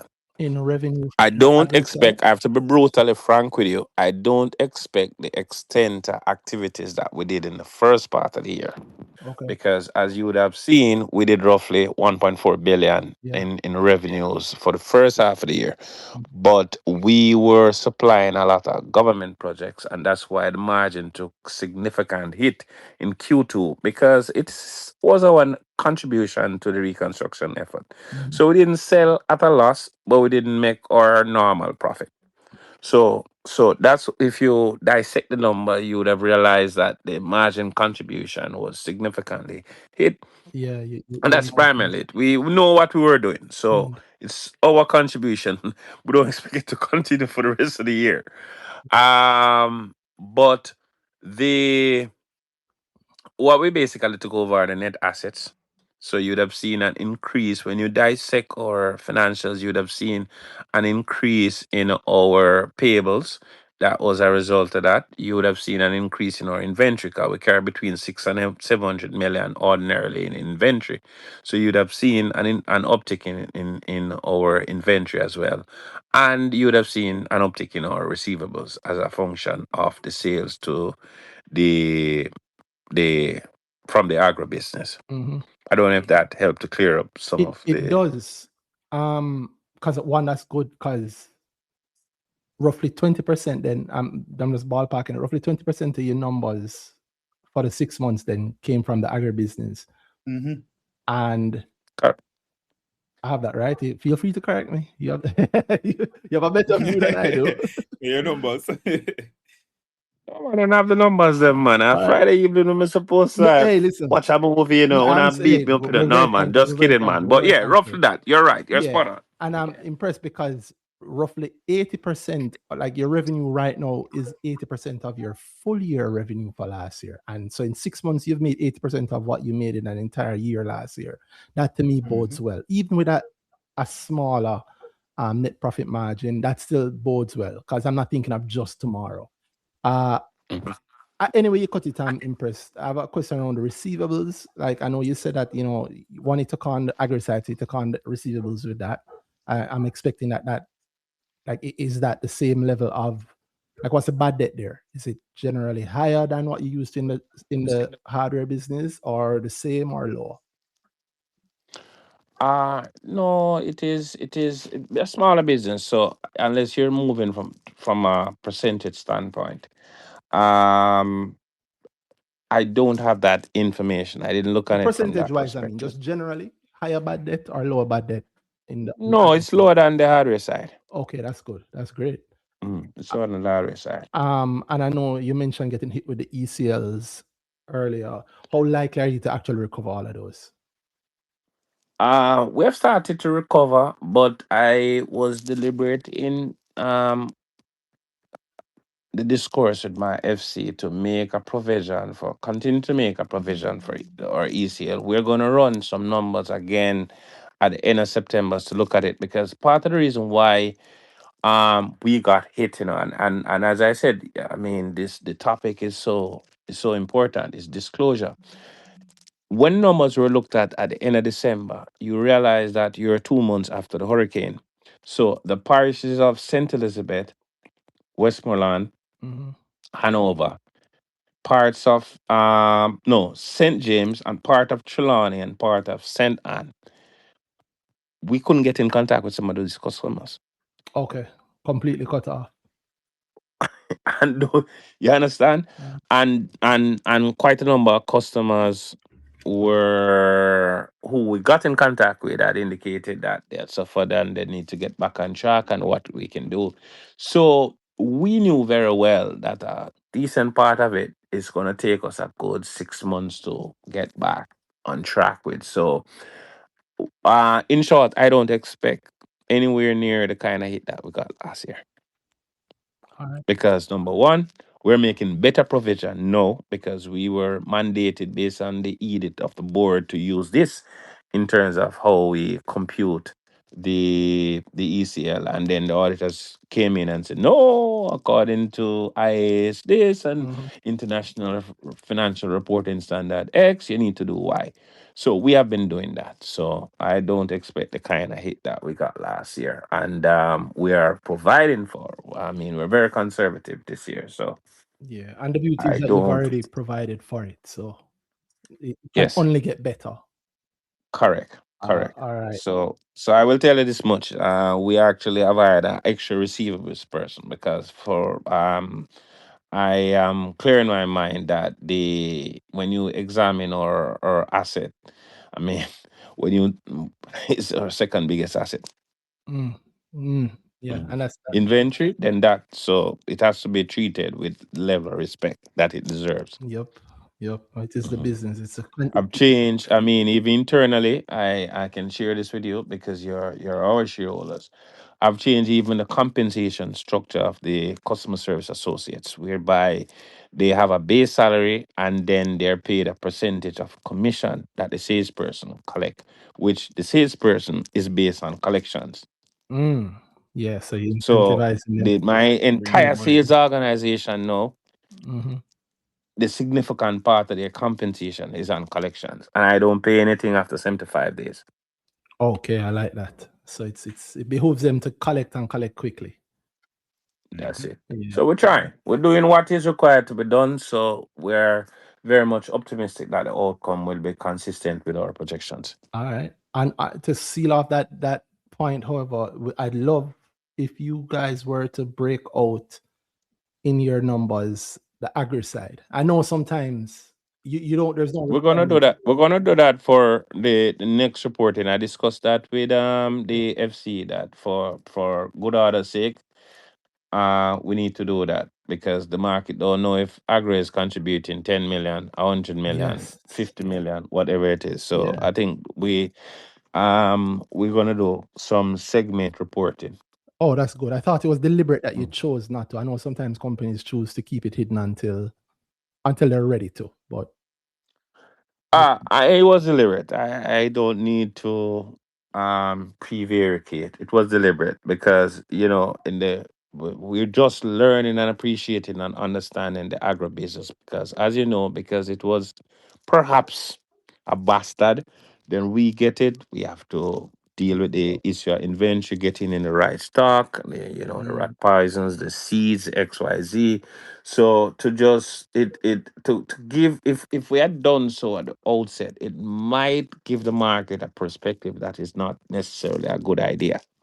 But no, when you have some trading and some activities and some months to report on and look at the comparative period next last year, for example, then you say, okay, fine, this makes economic sense. all right, I like So it was deliberate. I have to be brutally frank with you. It was very deliberate. I like that. I like that. And I am this what Daniel and I were talking about before you joined. It's actually a good example of it where you don't have to tell us. So I appreciate not, and I That you are. understand not doing it until it's strategically sensible to.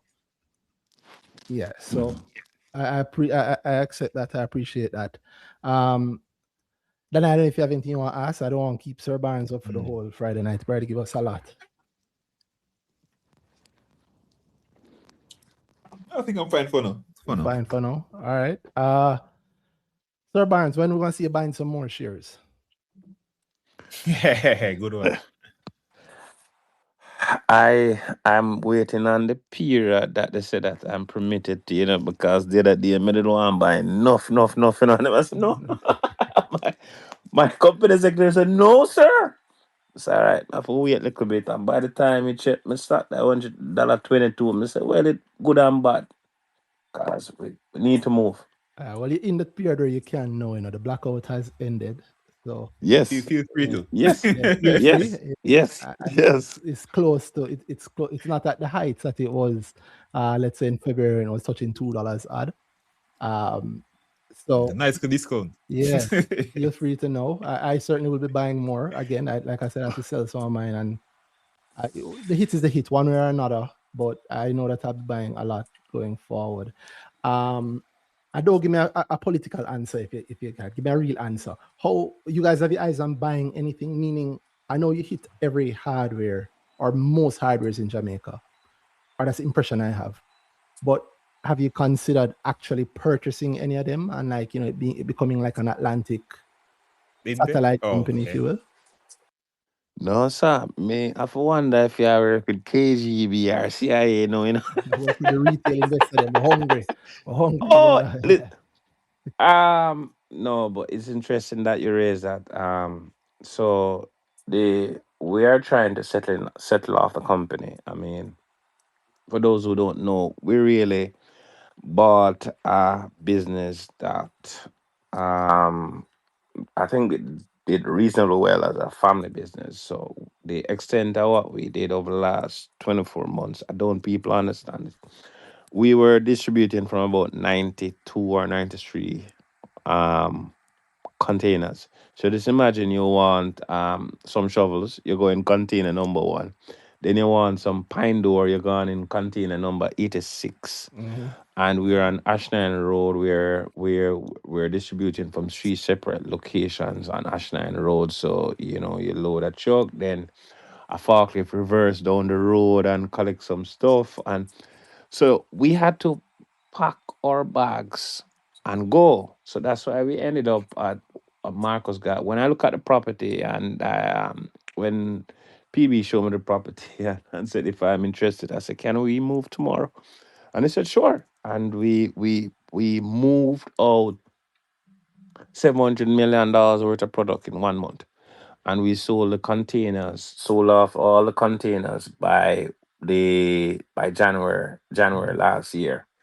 And in the middle of that, we were rolling out a new ERP system, which is a Muscle system. Mm-hmm.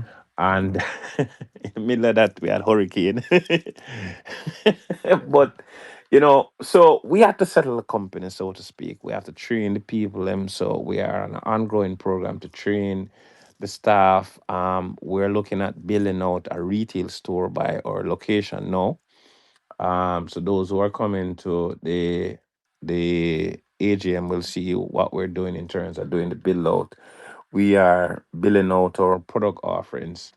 I'm heading with a team to China to the trade show so that we could cut out some of the intermediaries to benefit from the increased margin contributions. Yeah. So the issue of we were offered about 3 or 4 retail store or hardware stores. Mm. I'm not we're running some numbers, but I think it's something that we have to discuss at the board level. But I'm more looking upstairs. I will only say that. Okay. Okay. Okay.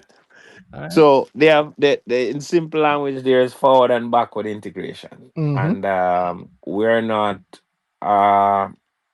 not going to box ourselves into whether we're doing forward or backward integration. I believe there are some possibilities where we can manufacture some products. So we're exploring some possibilities relating to that.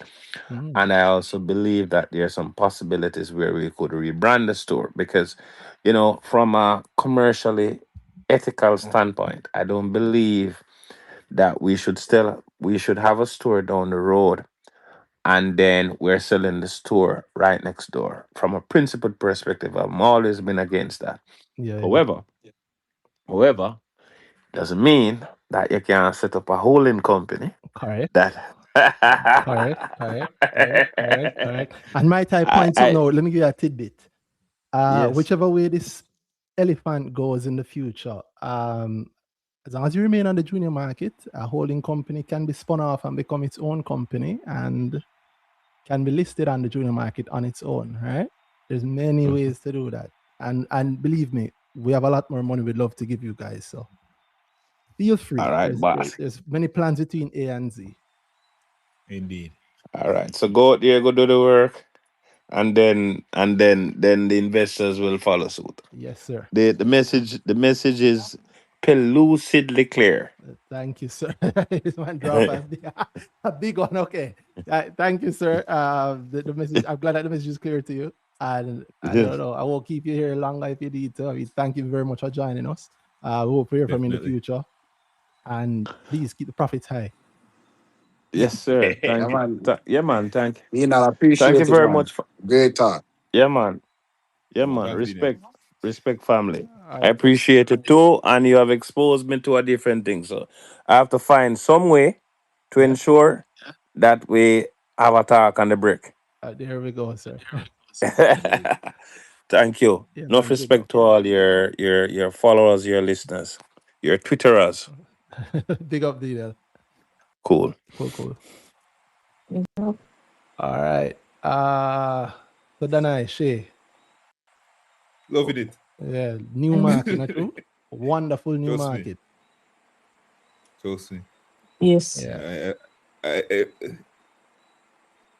I think we have to throw him into the young CEOs. No, you can't do that. No, to you him. can't do that. Fix up You that. can't do Fix that up to that. him. You Fix up can't that. do that to him. You can't do that We to need a him. good one. We need a good one. That's true. That's Guys, true. we That's need true. a good That's one. true.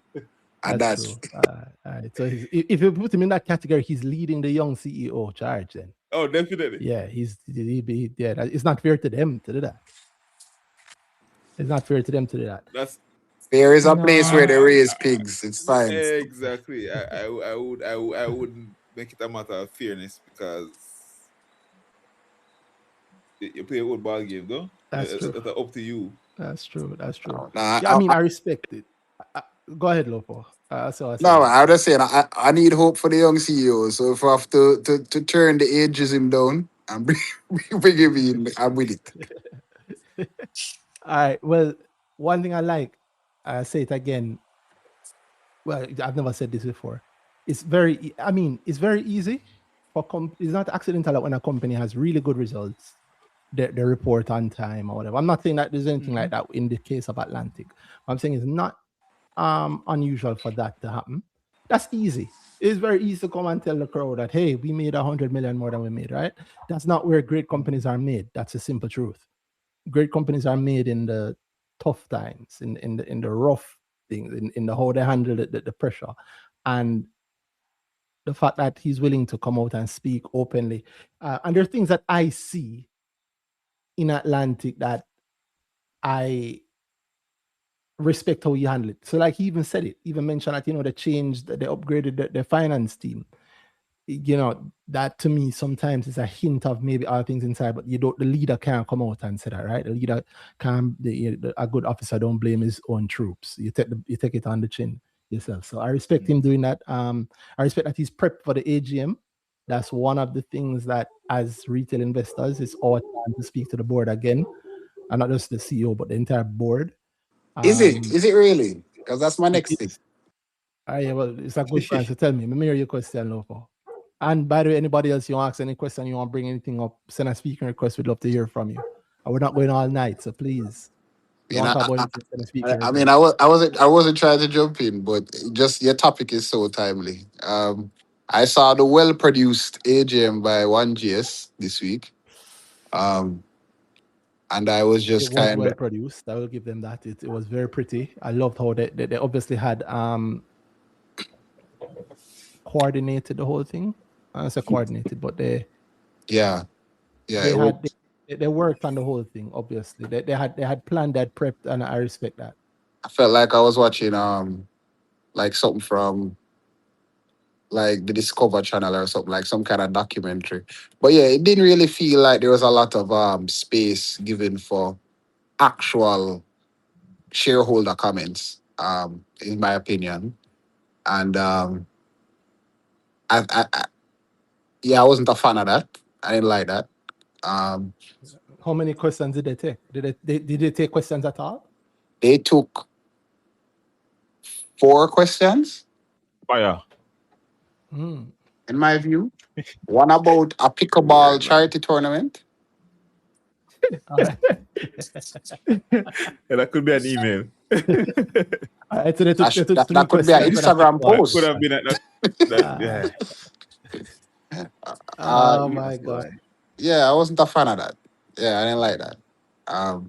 I feel like yes, you have, even if you have a nice recovery quarter that is coming coupled with the AGM, you had some hard times, and I feel like shareholders should be able to ask questions about those hard times based on the good times, bad times, definitely. Yeah, 100% yes. It is not a good company that avoids their shareholders. I understand the stress of it. Trust me, I understand it's not easy, but the avoidance doesn't help. That's and I think you guys did constant complaint. They did a good job. They shove into the side. They did a good job to make a product around the questions when they come. Like I do have a problem with the nicely well thought out, but it almost seemed like them ready for them run.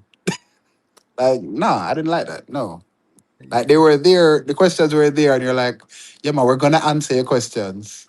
Oh, but not on the call. No, was that said? This is the meeting. Yes, that was said. Yeah, I'm not a fan of that. I'm not a fan of that. Not at all. Not a fan of that. One No, side. I'm not a fan of that. Yeah, because at the top level of it, if I tell people you want meet Legion, he has to be at the NCB AGM. Mm-hmm. Yeah, you want to ask PB Scott a question, he has to be at the separate AGM. I see PB Scott, I see Richard Pandoy answering questions, I see Gary Peart answering questions at AGM, and you're not bigger than them and them doing it. Then you do it too. Don't avoid the questions, even if you don't like the answers. Even if you don't like the question and the people don't like the answer, it is what it is. Here's another uncomfortable thing for us shareholders. The company is not responsible for the share price. Yep. That's the truth. Me personally, how do I approach that? It means that when the share price is high, I don't look to the company and go, whoa, good work, guys. The company is not responsible for it. So also when the share price is low, I don't look on the company and say, whoa, why is this happening? It's not, the company is not responsible for the share price. The share price is up to us. That's our business. However, part of how we invest is based on how the company is doing.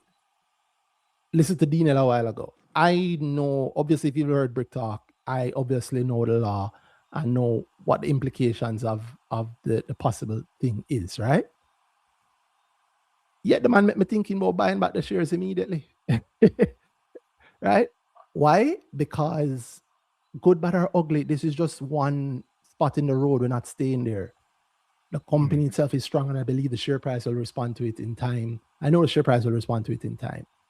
So I don't put the high share price on him. I don't put the low share price on him. I put company things on the company. And we like reporting. Yes, exactly. Like reporting. Yes, like reporting. And we have, as shareholders, have to do that for all other companies. Jamaica did nothing to get Jamaica's price where it is. So I don't look to them to be happy about it. I look to us. I look to the people who are buying it. I look to NCB and the other brokers. I look to the pensions, right? I don't look to the company for the share price. So learn to separate those two things. The company is not the share price. The company is the company. The share price is how we feel about the company. And that's how you fall out of radicalizing yourself. That's how you don't become a Jamaica fan, or oh my god, you like the company, you like what it's doing for you and all that. But then we see where the conversations often go. Oh, like you want to congratulate the board for the share price. Like, what? Exactly. You have to be like a firmament. About what's happening here. You have to be like a firmament. Shout out to Firmament. Firmament, same cell. Firmament has grown so much. Think about it. He moved from not selling to the week when he spoke about selling and putting in an order the next week, right? First of all, it worked out great, as we've seen. It worked out amazingly. Just on a numbers basis, I don't know in pocket, but we know how Jamaica has moved in the time. So any amount of shares is like 20% more. I think 20% more shares could be bought. The buying in the dip. And it's not back to its ultra highs where it was before, but that's also not up to Jamaica. That's the truth. That's up to us. So the smart thing is to, like Danai said, not de-radicalize yourself, right? Don't fall in love with the company. Have no issue selling. The same week when he told us about that, there was another caller who was saying a lot of sensible things, actually. I really like the stuff that caller was saying. When I asked him about selling Jamaica, he's like, boy, I can't do it. You want to move away from that. Yes. Move. Dash that way. Yeah, completely. Man. Move away from that. To be honest with it, I don't want to misspeak, but wasn't Firmament one of those at one time? Weeks, yeah, man, weeks that's how I'm saying grow. That's how I'm saying grow. The very week before he was talking about yeah. So no, kids. I love it. Yeah, man. I love it, man. As him grow and him learn more money come for him way. The general do exactly what we say and more money in his pocket. Firmament, end of the year, 30, not even 20 again, 30. Jamaica, 30. Let me answer if people are odd. So I saw Jason, the dreamer, just Jason 7. What's up? Jason was good. I think Lopo already addressed the thing that went down in the group, so I can actually go back to being a listener. What? All right, my boss. The girl group? Or you're not in the girl group? No, the other group. What's that? Oh, yeah. Well, listen. I just thought you'd have to say Jason. No, man, you don't have to go back to Jason. Come on. Yeah. We got. No, there was nothing else really. Cause I was hoping if nobody else asked, I would have asked. So it's good. Well done, Lopo. Yeah. Listen, the message that I have there is the same message I've always had. The same message I said in that group at the time. Yep. If you shoot the messenger, then you don't get any more messages. If when the doctor come in and give you the bad news, you beat up the doctor not going to see you again. Who suffers? You. Right? So if you shoot the messenger, the price for doing that is there are no more messages. And yeah, that's all I'll say. But big up BrickTalk. 7 years. 7 years. I saw it as frightened, as shocked. I was shocked. I was happy though, but I was shocked. 6 or 7 years. I think it's 7 years. Yeah, 7 years, 2026. Damn, 2019. But Jason, you did win the grower thing from last week, right? I saw because you were talking about your favorite stock. I assume it's your favorite stock, JetCon. Or is it your favorite for the moment? Yeah, favorite stock currently. Yeah, but you should also make sure you don't fall too in love with it. And I see you talking about we need to move away from gas cars. Gas cars, nice, my boy.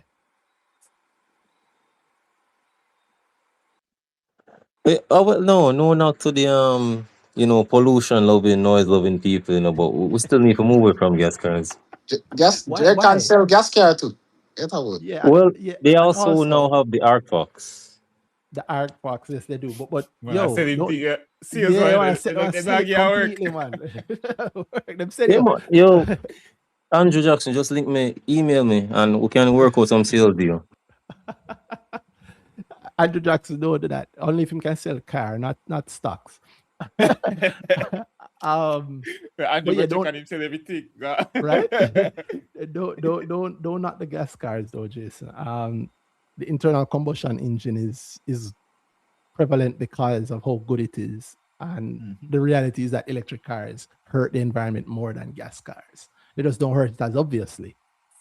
So I mean that's by the way, no matter one way or another. More on JetCon 30 JetCon to end of the year 30. All right. Let me give you some extra info. I actually went to JetCon this week, right? One of the sales rep, I asked them, now I asked her if she's a shareholder. She said, yes, everybody's a shareholder there. I love that. Nice. I love that. Yeah, but what kind of car you buy? I was just checking out the new Arc Fox, the T1 and the T5. So the official launch is next month, but very good cars. I expect them to do well September in the launch. So yeah, set up the sale. Yeah, set up the buy. Sorry. Yeah, get everything in order. Yeah, man, may I get everything in order for Dubai? Tell the truth. Did that or you just pass through and make sure see a seat and have an idea how it go and whatever? I actually tweeted about the info I got, how the cars look. They look really great, so I expect them to do well. I love that, my brother. I respect that as an investor. I respect that. That's one of the things that I preach. Like going there is you hear how Dino saying him don't know about that, but I'm telling him I wasn't joking. I have a picture of those of the cement brand in his warehouse. So I believe in that, meaning as an investor, you need to be an activist investor. I don't necessarily mean you have to be an activist investor, and activists can be good, including going to the company and seeing how they treat people who just want to know how the thing go. Yeah, I respect that a lot. So big up you, my brother. I hope for your sake and my sake that JetCon goes 30 to the end of the year. Definitely. I got great treatment from my sales rep, Colleen. Go to Colleen if you go to JetCon, people. I'm always hearing about Colleen. It's not the first time I hear about Colleen from JetCon. All right, big up.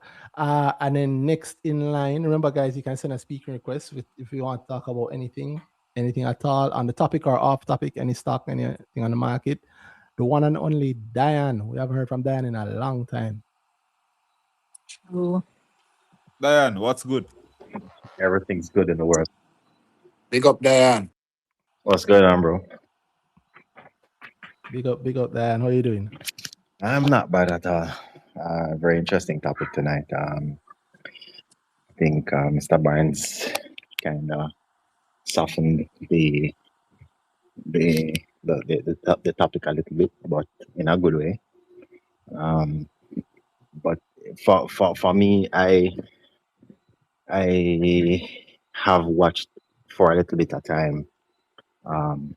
First off, you touched it in the beginning, but the whole reason for disclosure is something that we cannot overlook or understate the importance of to investors, especially when we're in a space where there are so many delays to reporting of material information for investors. We already have to wait if a company keeps to the timeline, 45 days, 60 days, 90 days, Yeah. 180 days, in circumstances. There's no 180. There's no 180 timeline. Just 45, 90, or 45, 60, or 9. 45, 60, or 90. No, so Yeah, 45. Yeah, 45, 60, or 90. I don't think there's any 180. we have, well, okay. The with the annual report, when you go beyond the 90 days, you are supposed to be suspended. There's no Is it? teeth You have behind the after annual the end report. of the financial year. How long do you have to publish the annual report? There's no. I don't believe there's a. Yes, I believe you're right. There's 180 there, but I don't think there's any teeth behind that, because the financial information in the annual report is the audited, All right. So and what? that is what you get suspended for. And the Correct. audited Yeah, is man. 60 or 90. Correct. So the I'm listing out the times in Mhm. reference to the times that we end up waiting for that information. And why we Okay. always say that the annual report is something usually that's already known. Um, in our market, it has not always been the case where this is so. I know of at least one incident where an annual report was issued in X year with Y year's information in there. Um, and What you mean, like 2025 annual report, and it have 2024 information instead? correct. So or we have seen persons say we are not issuing the report yet until this information is updated when the reporting period Mhm. It's past. is passed. Oh well, I don't know what the first one was. That the first one is wild. In fact, the second one is wilder, but I believe the second one is what the name? They're both the That same company. company. DTL. DTL did that. I'm not calling any names. I don't want to get No, but sued. I mean, we're not talking about And I don't something want that's BrickTalk to get secret. sued. That's not. There's public. nothing to be sued there. Is they either We're did it or talking they public didn't do thing, it. yeah? I'm not going to call any names tonight. Okay. All right. But Well, while you say it, I'm gonna bring up the detail yeah, man. page on My Money JA and see if it matches what you just said. Right. But we have I see the update on the audited financial statements for 2025 in June. They said that it'll be published on or before July 10th, and they did so many of those. I believe it was them though, because I remember reading that thing that you mentioned, and it was surprising to me. My interpretation of it was that the company is saying we have it, but it don't. Isn't My that Kintyre? interpretation is that we have it, but Randy, it isn't don't that look good. Kintyre? Say that again? Is that Kintyre? Did they make a statement to say or that the report is we have one report ready, but until the next one, until the other one that we're suspended for is out, we won't post it. Something like that. Yeah. I'm sure Kintyre that's said Kintyre. that too. Right. Kintyre said that recently, but Right. but Yeah. I'm not going off the Kintyre one. Well, the point, we understand the point, and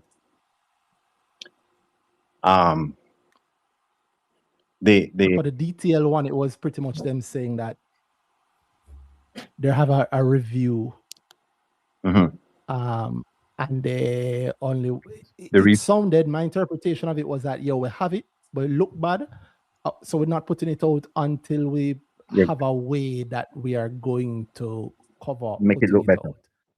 Yes, and then they went on to be suspended, so they kept it long. That was my interpretation. All right, good. But you know, my expectations are low there. Right. So, well, whether the expectations are low or not, my view of the situation is that these things happen in a space where they're allowed to happen. Right. That's true. If there is no, for example, when you talk about the questioning around the rule about suspension and the loss of a tax break to a JC junior market company, and the response that you hear coming from the company is like a walk around of the question, or or we might have to talk to the government about that one instead of acknowledgement of the rule, acknowledgement of their failure to file on time, and acknowledgement that this does threaten the company in a material way. If you have to give up an additional 25% of your profits to taxation because of your failure to file and to disclose on time, that is material. And coming from company leadership, I believe that in some way telegraphs the attitude, the lax attitude, and the feeling of lack of care for the retail space, because we put our monies into these IPOs. We ride the waves of the losses and the gains. We get 4 questions answered at the AGM. We get told that we are not taking any more questions, and so forth. And we have one opportunity per year, if a AGM is held within the right time for the year that it is supposed to be held, to meet company principles and to ask these questions and to get sensible feedback. So my pain point is DAJ. There are some companies out there, and I hope you're listening tonight, that owe you some money. And as a tax-paying Jamaican, I think you are doing us a disservice as investors when you don't hold these companies to book for the hold on. I have shares in both those companies. Yes, man. So yeah, man. And nothing go wrong with you if you want to sell tomorrow Monday morning. I sold some already, but let's play devil's advocate. Not devil's advocate, but let's steel man the thing, right? If you're going, obviously, I'm not disagreeing with you up to the point of what the law says. I mean, I have been vocal about seeing it. But as a shareholder, look at it this way. And as a shareholder, I acted. DAJ can come back and claim back this money 5 years from now, when you would have put more money into the company, and you would have now been. I have no question about the whole thing, but I'm saying let's steel man the argument. Okay. Let us say that it has happened. Let's say for whatever reason, internal mistakes or whatever, new company. Let's say it has happened. What is your next move? What would you want the company's next move to be? Because one of the things of a mature market, like I say, is not just about how you handle good times, it's how you handle the bad times. Yes. We have a penchant in Jamaica too. We love things when things are great, and if things go bad, lick him, kill him, done with him completely. But that we have to have some amount of, you've done the thing, you face the punishment. What's next? Because after the punishment, it's not the end of the story. So what's next? Absolutely not. We're not talking about whether it is the end of the story or not. We're saying that these companies perpetually, we're seeing compliance rates of 60%, 50%, 70%, 30% per quarter in reporting. There is no consistency to our reporting from companies. There's very often during COVID, we blame COVID. Melissa Blow, we blame Melissa. Every opportunity or occasion that happens, we hear due to the COVID-19 pandemic, due to the impact of Hurricane Melissa, everything is blamed on something. But yet, these company principals are still being paid their full salaries, I presume. They're still holding their jobs. And I mean, if I cost my company 25% of its profits, or caused a clawback of 10 years of profits as a tax penalty, I would surely lose my job. 33% in some cases. Right? In one case, in ROCs. Right? So the penalty, I'm saying this is a publicly traded company. This is a company that has people who are hired to do a job. These are people who are supposedly qualified professionals in their fields, who are qualified to be directors and CEOs and financial controllers of these businesses. And they should act with the same discipline and the same level of responsibility that we expect from persons holding that post and as the law requires. Now, in your argument, you're saying, what do we do? I'm not throwing the baby out of the bathwater. But if a company can underperform in its requirements for disclosure, it is a signal to shareholders that there may be issues within the company, internal to the company. Case in point, like you say, DTL has told us, oh, yo, we're not telling you nothing right now. We are waiting until things look better, and then we will talk to you. That shows a disregard for the intelligence of us as investors. This is the same company that went a step further, applied for a IPO for a subsidiary of theirs.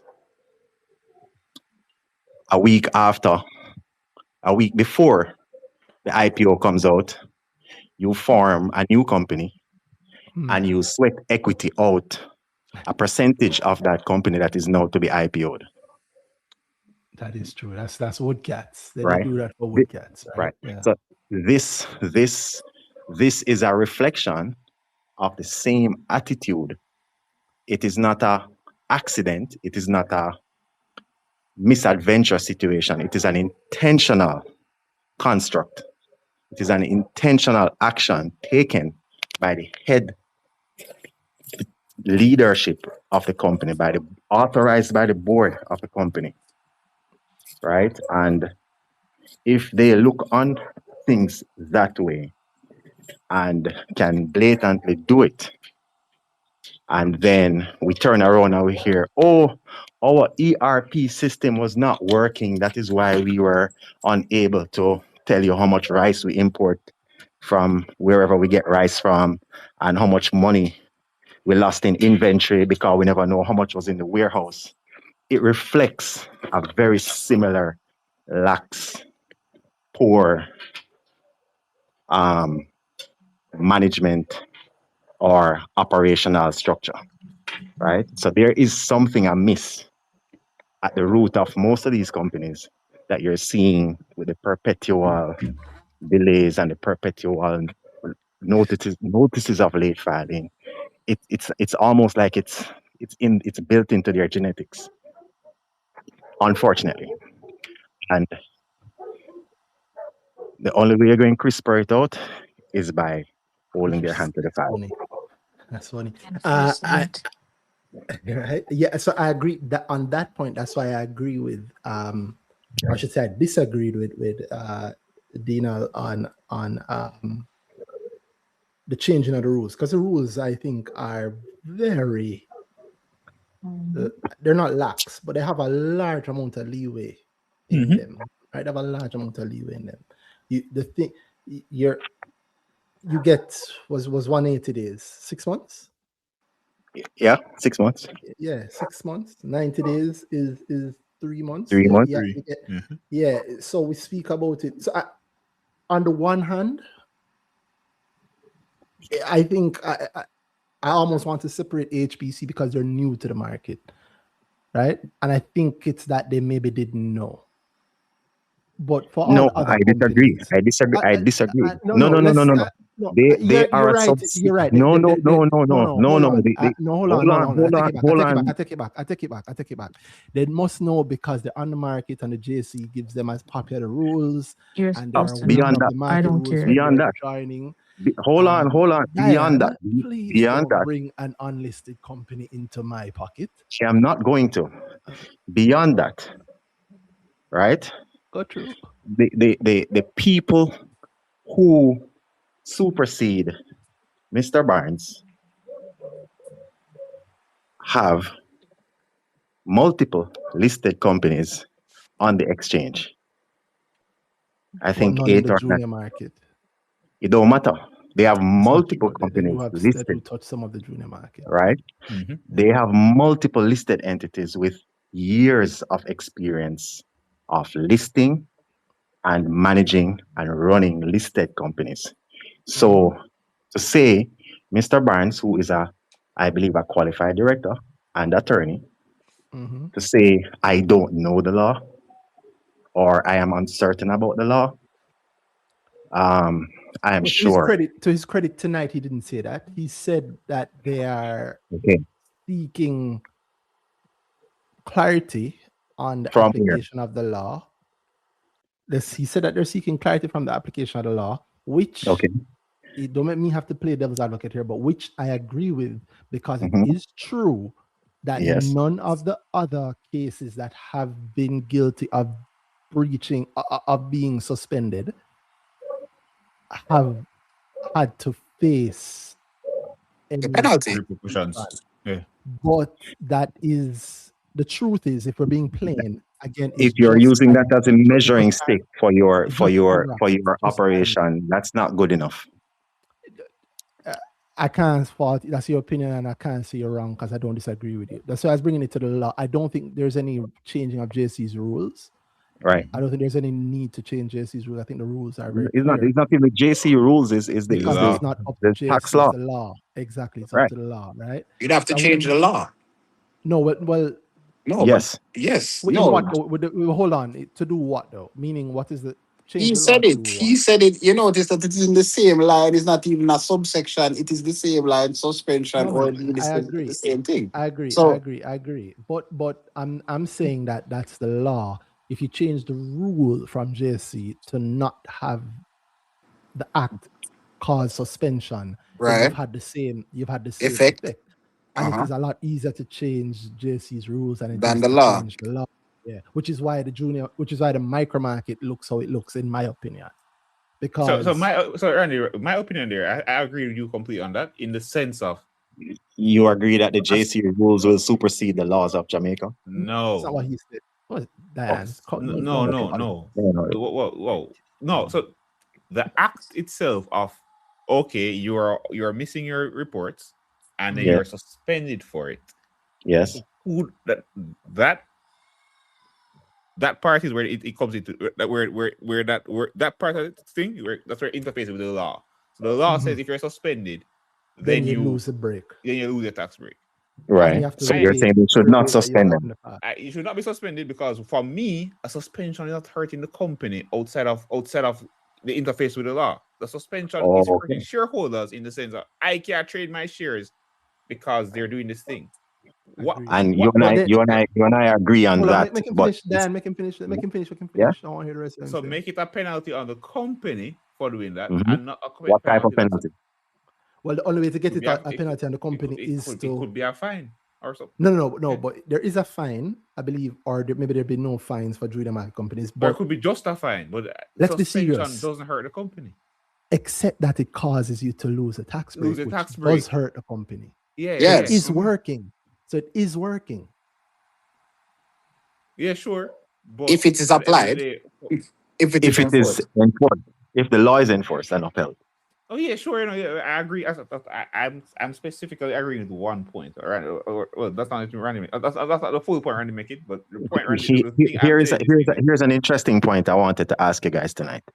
And while you're on this particular topic, Mhm.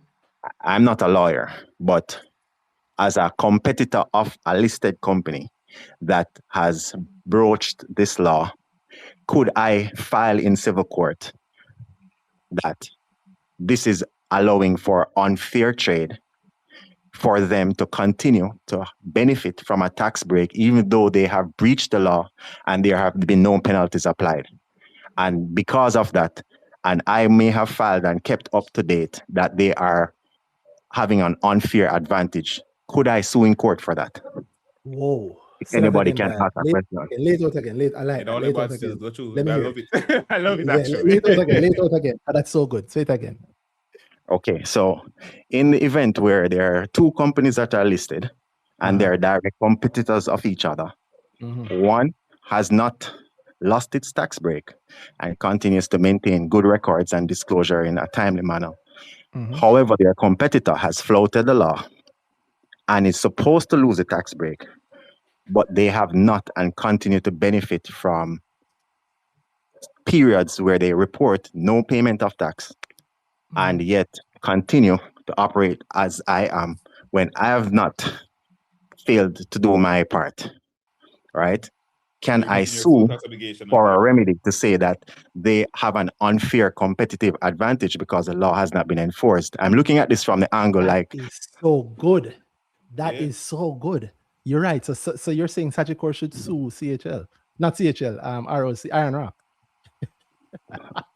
I know that's not what you said, but it is such a good point. It is a great point because you'll Right. be keeping the advantage. You'll be keeping the advantage that Correct. that is a good point. Wow. Maybe I even enjoin TAD as an Ministry of Finance as defendants in the case as well. Well, I mean, you'd have to. Who would you be suing otherwise? Right. Right. You Because can't then sue the company. You can't sue the company themselves. They're doing what they're doing. You'd have to sue the government.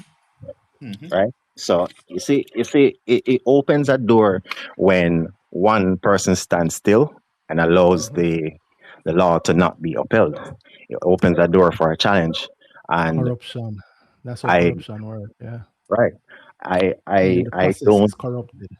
right. Correct. And it is why when you said the Steelman argument, I didn't get to the point of saying what I wanted to say before you went to that point. But I said, since we're talking on the nice point now, let me just ask a question. So when he's responding, he can take that into consideration because it is evident that there might be a feeling of they did it so we can do it too happening now Is because it for how my point? frequently this has happened. Is it for my point? Yeah, like when you're saying you agree. No. So again, my specific agreement is on. I do think you lose the tax rate. You're wrong. Go through. Fine.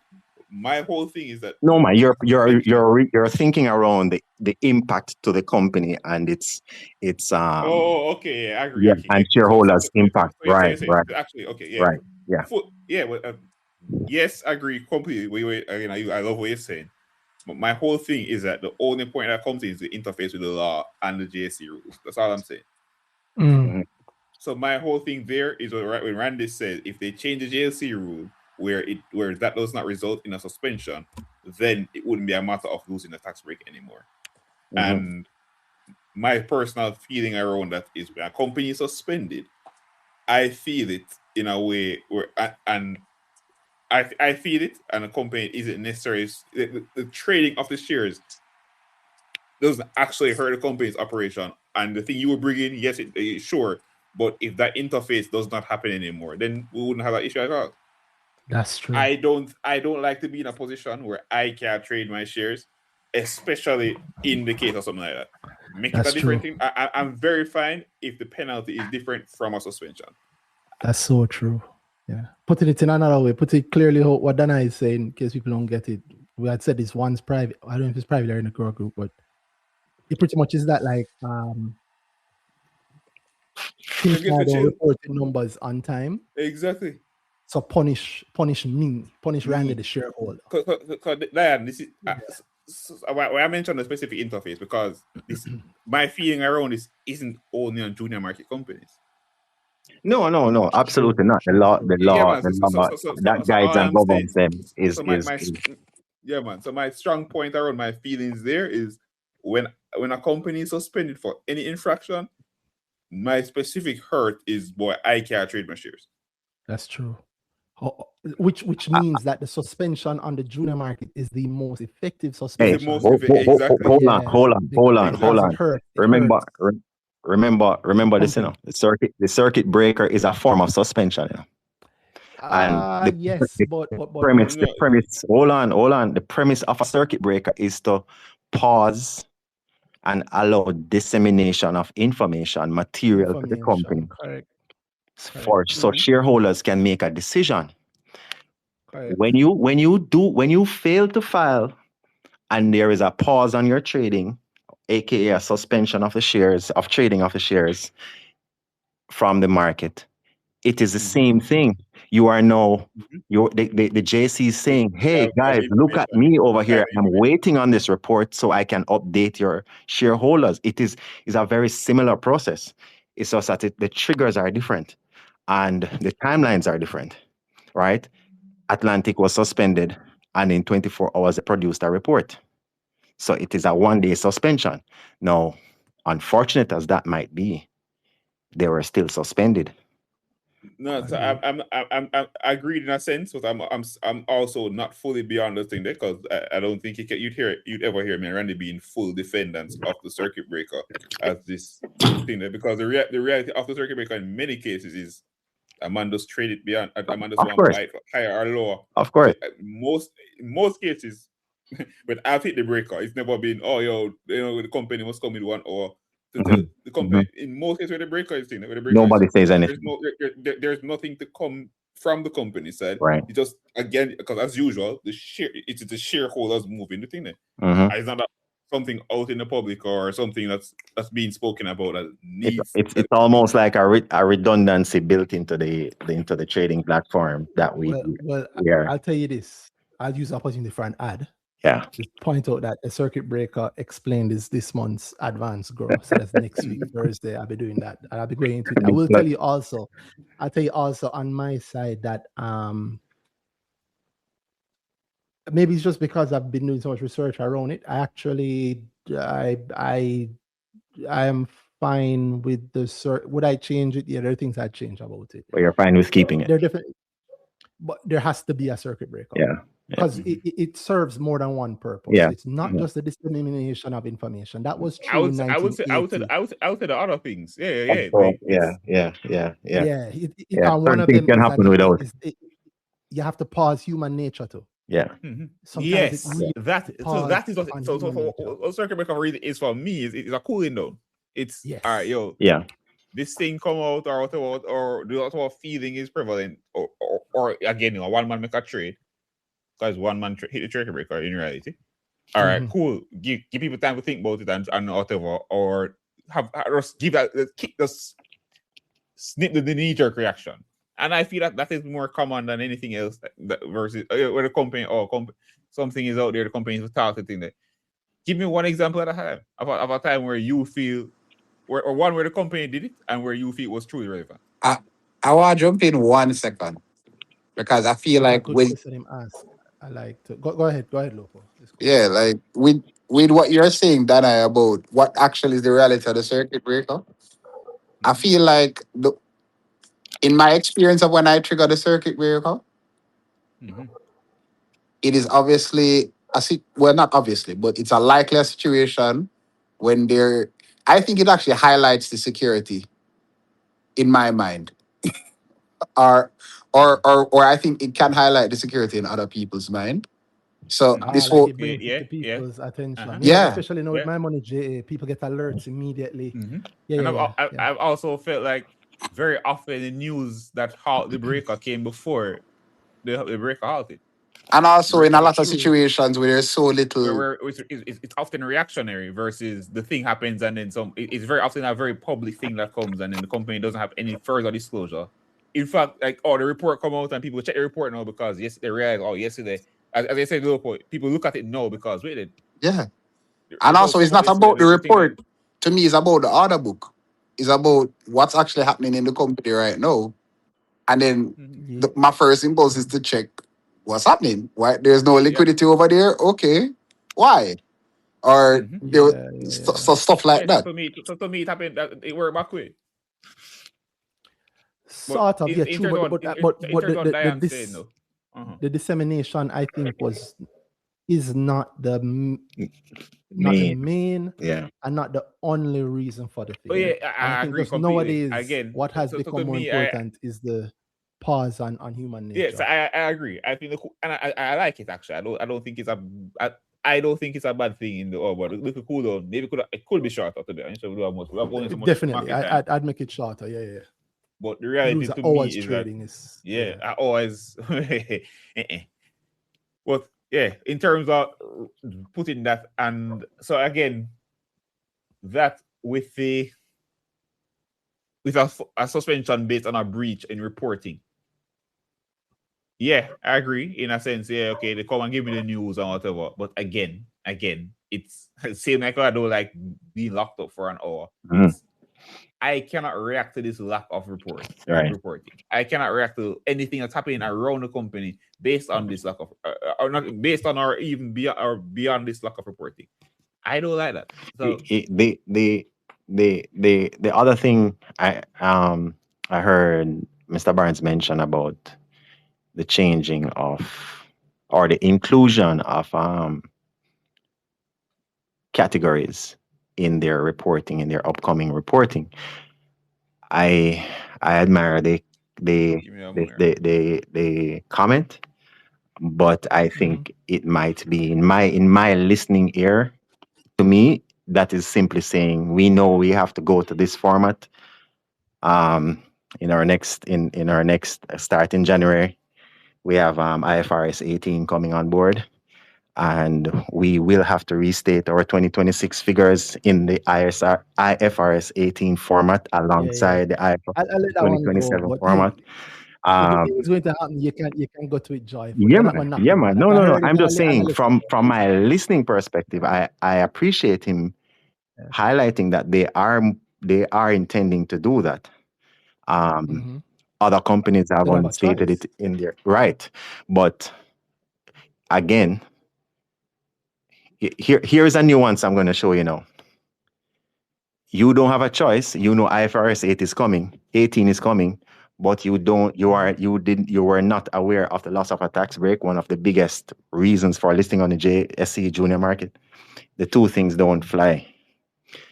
So I am saying, from my perspective and my listening ear, it is simply saying, hey, we have to move to this format, and we know it's coming, and investors will get a broader view of our numbers in terms of segmenting them to seeing what they actually mean per segment. I am very curious to see how certain companies will actually report these things on the IFRS 18. And one of my concerns is that we may see multiple revisions or restatements going into 2027, 2028, and we may even have a situation of more delays if a company truly is hesitant, like in that report that you mentioned, of sharing information with shareholders. Because something that is demanding greater transparency and breakout is likely not going to be well received by the people who are telling us, yo, you're going to have to wait a while because we don't like our numbers look right now, and we're going to try to do something else and then come back to you. So here's the thing. Carrying it back to us now as carrying the responsibility of the retail, right? Yeah. The companies that do that, people go where they're led, and people also head towards their what you'd call it. People head towards their what's that thing with the cobras in India that oh boy, Charlie and Mongo always talk about, where, like, you show me the, I was here, because it's one of those little Buffett truisms that we always joke about. It's weird, people go where they're rewarded. Oh, Charlie Munger. I thought you said Munga. I thought you were meant like Munga Honorable. Sorry, no, not Munga Honorable. That's a different conversation. Munga as in Charlie Munger and Warren Buffett. Yeah, man. As referenced in his book. Yeah. But pretty much that, you do what you're rewarded for, right? Yeah. Carrot and stick. So the reason why companies list on the junior market is because they want to get the money, right? And they also want to get the tax break. Right. Both of those things are perfectly correct, right, and okay and good. And the reason why companies report is because there is a pain in not reporting. Now, on the junior market, part of why I spoke about it outside of my interest was that I do believe, like, if we bring this thing down to the brass tacks, do I believe that Atlantic should, if I'm being honest, do I believe that they should lose a tax break? Yeah, I do. Not for them, and I'm a shareholder saying that, but not because I want them to lose it, but because for the good of the market, Right. they have to lose it. Right. Do I think that Iron Rock should have to pay back? How much is it? I think we worked out at something like 80 million or 88 million, I something believe. there. Right. Something like that. Let me ask the AI and MMJA if has to repay all their tax breaks.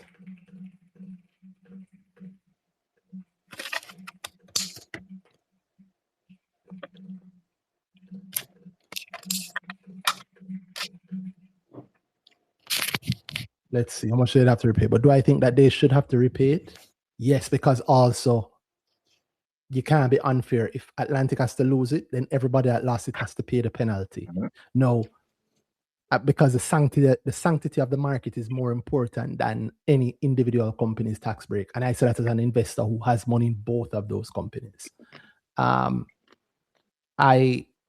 think it's more important for it to be done that way. I think that's a point. No, Danai's point is really, really good and really, really correct.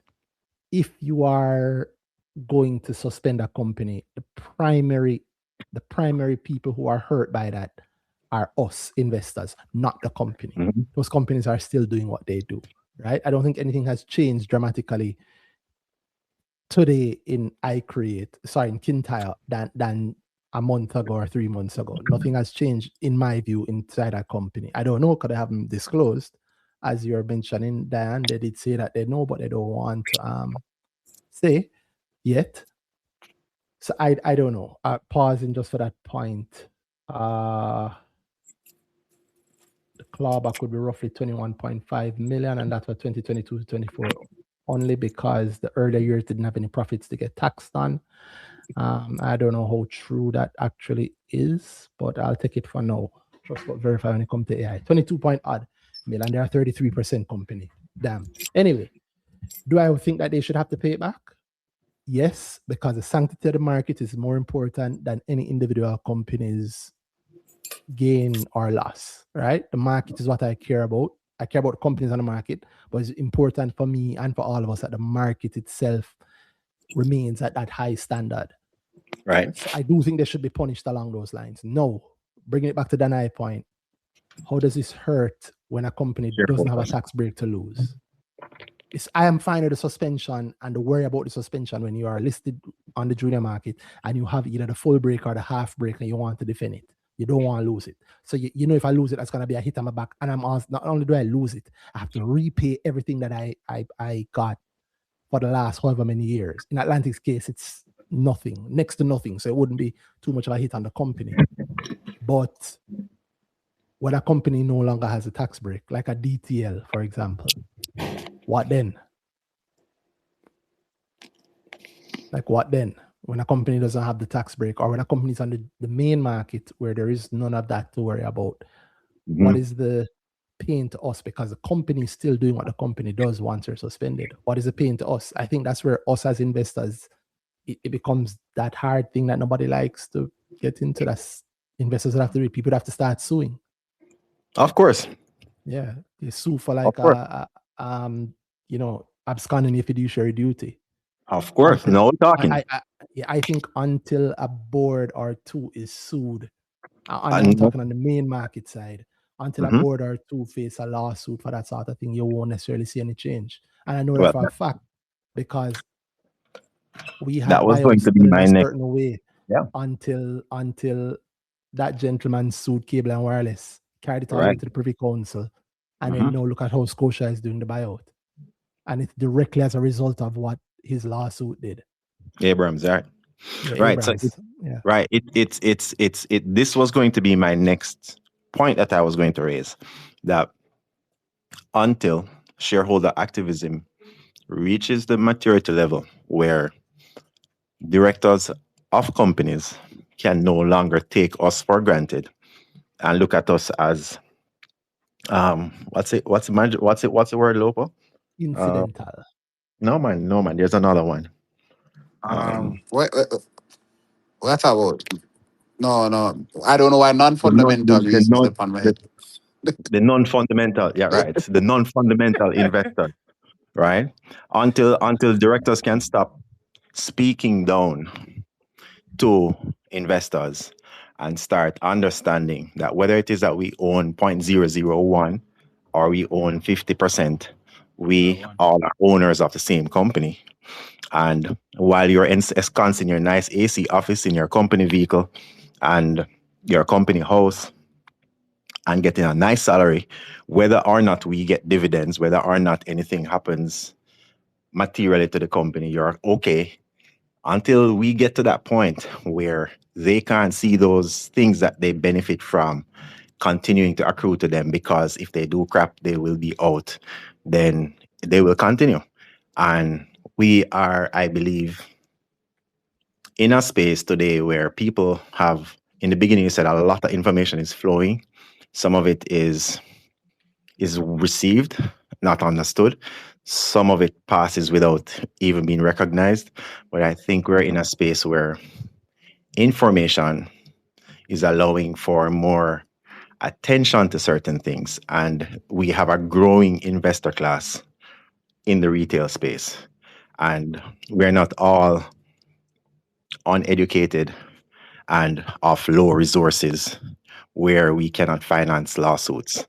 And we will get to the point too where groups of investors will come together and pool their money together and margin their shares if they have to pay the lawyers.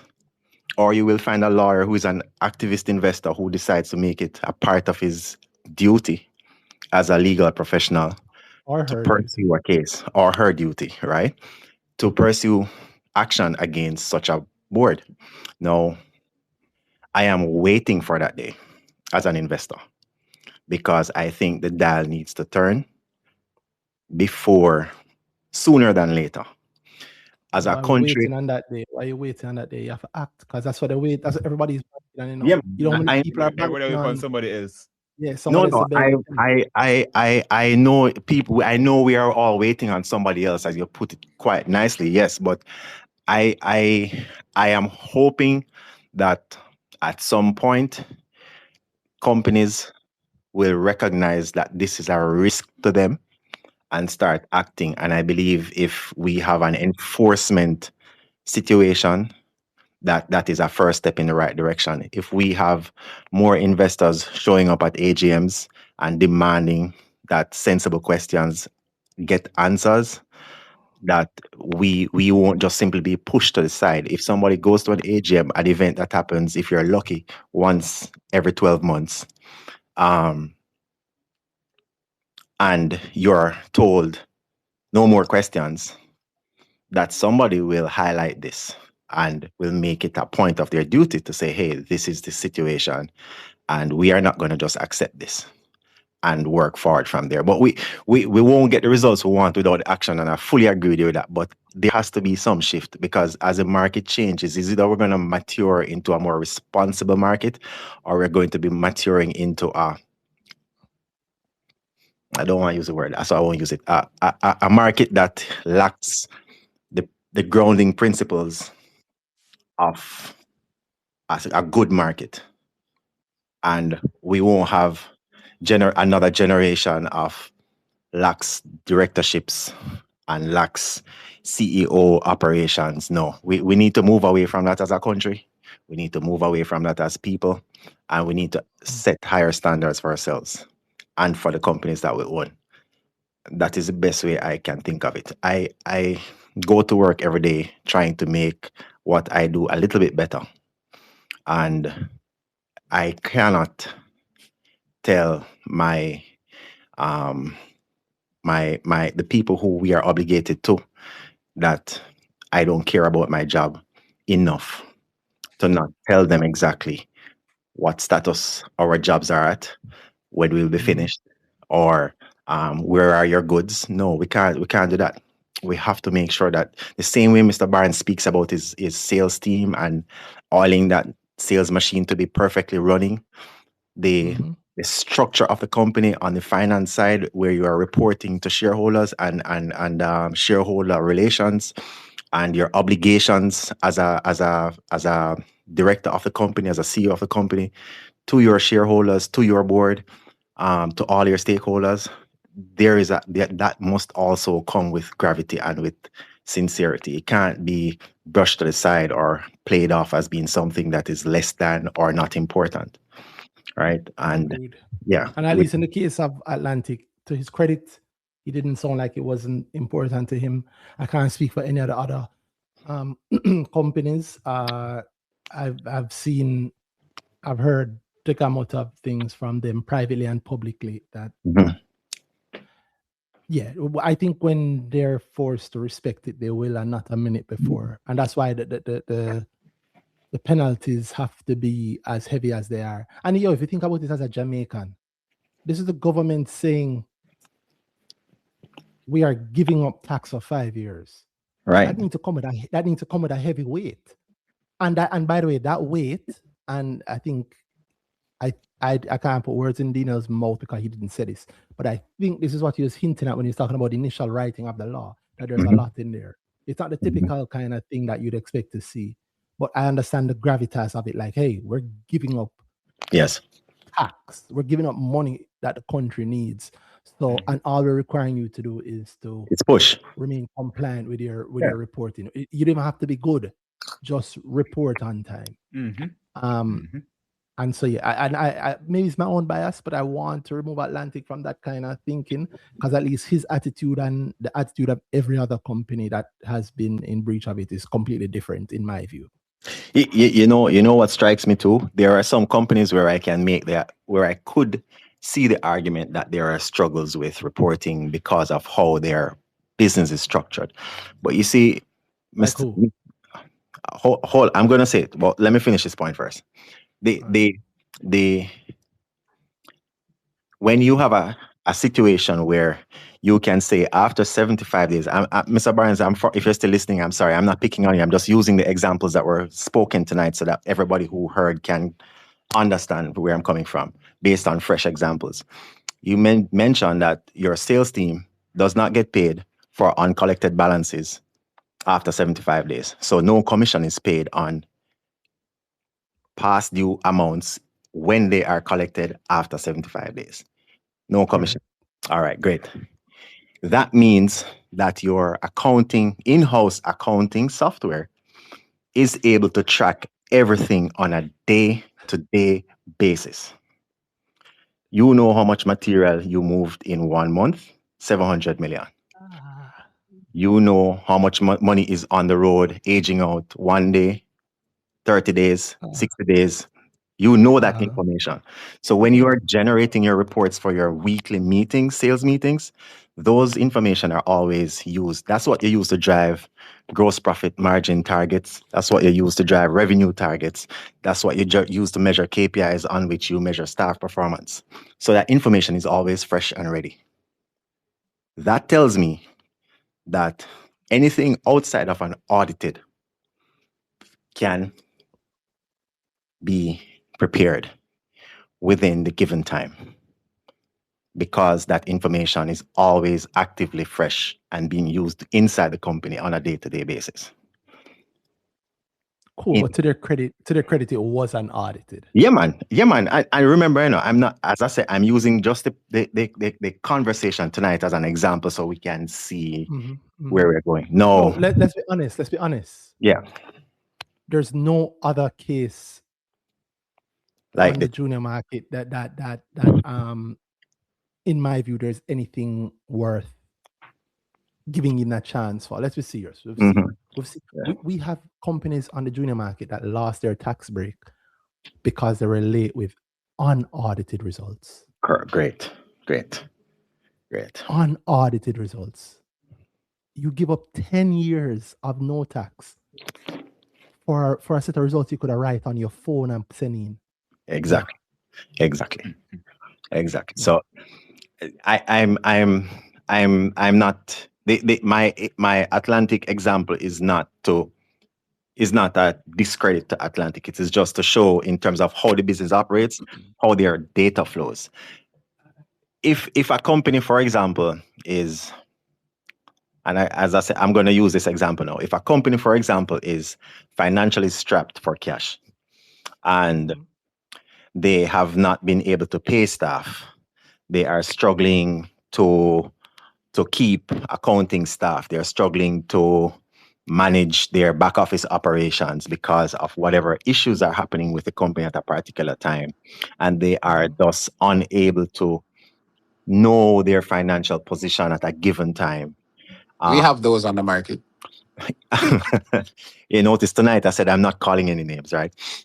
So if a company like that is late, then as an investor, I would understand the background as to what caused them to be late. Do I agree that they should be late still? No, they should not. And maybe if they are not in a position to move, if the leadership of that company continues to perpetually reflect the same type of situation years after years, then shareholders need to demand from leadership, hey, what are you doing? Maybe you're not the right manager for this business anymore. Maybe we need to bring somebody in who actually can lead us out of the doldrums and get us back onto a solid footing where the company can start growing again. But really and truly, outside of a situation like that, I can't understand how or why we get treated this way. We get treated this way because the majority of the investing public has, in my view, never been mature enough to understand their responsibilities. And that's why, to always bring it back to us. Mm-hmm. Them need for it, there is no them. There is only what they have to do and what they are forced to do and what we force them to do. That's all that exists. There's no other angle. And these companies will only do what they're forced to do or what works best for them. That's why we get them talking about things like outside shareholders. What the hell is that? or choosing not to put out something because it looked bad or whatever. But the first time you have to waste money paying the lawyer to defend the company because of XYZ and it looked bad, then cool. But if you can bank on the idea of the big man, and boy, I'm not saying because the big man, everybody have this, the big man. And so the big man gets away with rubbish under the auspices of the big man. And that's also why I was happy to hear the actual big man Dino come on and talk about this, because he does not have to do it. So he didn't have to face it at all. Right? We've seen where this has happened with other companies and other things happen with other companies, and at AGMs them give you all kind of foolishness, or they do the AGM only in person, or they put that hour that you won't like, they figure you won't like, or they limit the amount of questions, like I heard Lopo saying earlier, 4 questions. You don't want that. The only way to stop that is to introduce the stick, because the carrot isn't working. And that's just on us. Until we do that, it's not going to happen. So the first thing I'm doing, I can help people to know more. I can educate people with it. I can also help to remove, it seems subtle, but remove the prestige of when the share price goes up, because that has nothing to do with you. So in the same way, don't feel shame when the share price go down, because that has nothing to do with you. It's how I view you, but it's not you. Your work as a company is found in the profit. In the profit line and the revenue line and the expense management. That's where your work as a company is found, not in the share price. That has nothing to do with you. So I don't praise any of these companies when the share price is going up, and I don't beat them up when the share price is going down, because it has nothing to do with them. So hopefully, if they start getting used to the prestige of their share price not being attached to them, they will put that new energy into the responsibility of the company. That's the only way I can see it. I may praise other companies when the share price go up, depending on only if you do something reasons. good. Okay, so like let's say JMB has been doing the share buyback for a few years now, right? Yeah. I don't think you're picking up what I'm putting down. I may praise other companies, meaning other companies, not that company. When the share, when a certain security share price go up, if I think the share price going up, they're involved in. Yeah, I understood what you said. I was going, and I'm going down a similar road.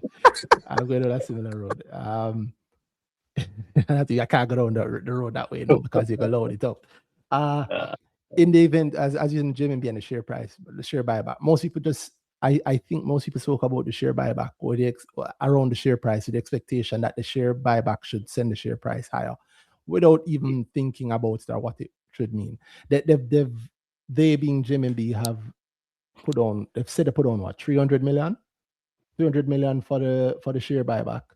In that time, the share price has fallen from $30 to $14. not $30. Like, I mean, if you go to November 2019, the APO time, you're looking at $50, $50 per share.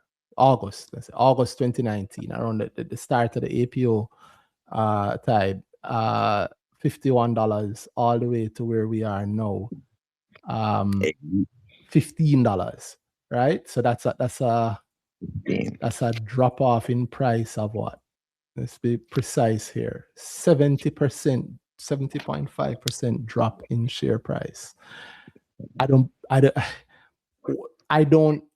consider the share buyback to be a contributory factor to it, one way or another, because I know how share buybacks actually work and what they would do. Now, if they were to do an aggressive share buyback or a share buyback in the way that share buybacks can be done to impact the share price going up, then I would praise them. But no company does a share buyback that way. They do it the way that they're doing. They've spent maybe about half of the money at this point. Out of the 300 million, they've spent maybe about half, 140 something mil. Yeah. And obviously, you see what it has done. I said that for us as investors asking for companies to do share buybacks, I'm not necessarily for it, because I'd rather than pay it out as a dividend. I can use that money better than you can. That's the truth. I can use that money better than you can, because You know what's funny? You know what's funny for that is that in defense of the decision making at JMB, the person who identified retail as non-fundamental is 70% poorer today with the same amount of shares than when he was making that conversation. I And don't know if if that's that the amount of shares. I if think they've if sold. if that does not, well, aside from the sales, that if that does not open your eyes to see that the influence of retail is important on your own holdings well-being, then I don't know what is going to open their eyes. I think the only person who has really actively at that level in recent time defended his company is Michael Leachin. And them's a pressure bus pipe, all right? But It also make diamonds. it does. It does. And I believe it's on this show, maybe my last conversation here, where I said, I really want to see him win this one. And part of the winning is him taking action to make things better, not just for him, but for all of us in the market.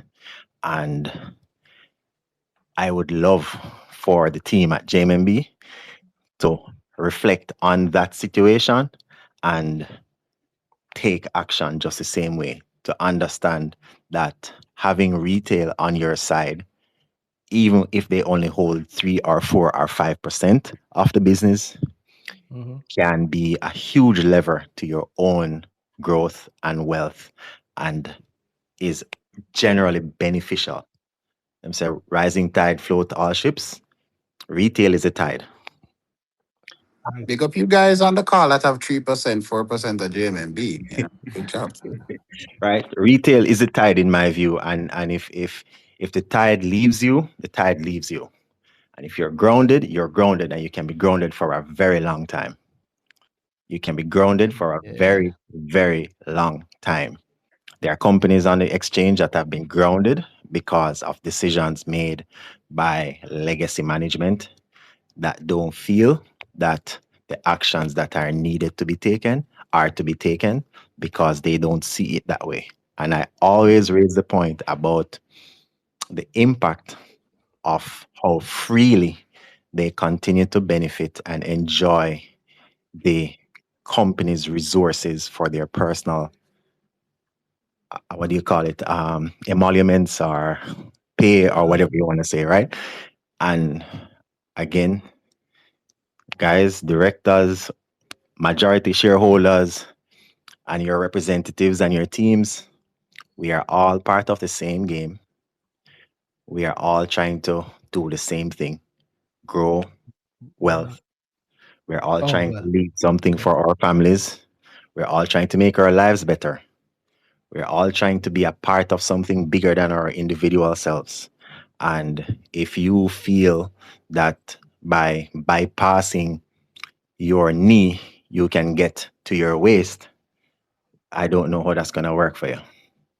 You have to remember it takes all of us to make this thing work and be profitable in a really sensible way and a lasting way. Market can't operate by itself without people. That's Market true. is the people. That's And true. when you Here, start here. discriminating against the people are going to discriminate against your company. And they will do it by not participating in your share offers. They will do it by even withdrawing their own personal business with the entity because they will look at you and say, you don't care about me. Let me go to the next person who cares about me. Let me take my money that I spend with a business somewhere else. We like to talk about spending money in the companies that we own. If I don't own JMB and I own Scotia, I'm going to go to Scotia. Mm. Right? So I think overall, the whole attitude is what is a great contributor to how disclosure works currently. The attitude of senior management and the boards has a great impact on how companies see the importance of disclosure and how they manage their timeliness with disclosure. I am very concerned about detail as an entity. Detail that I believe you once said on one of your earlier programs that was the aim of the CEO was to continue acquiring businesses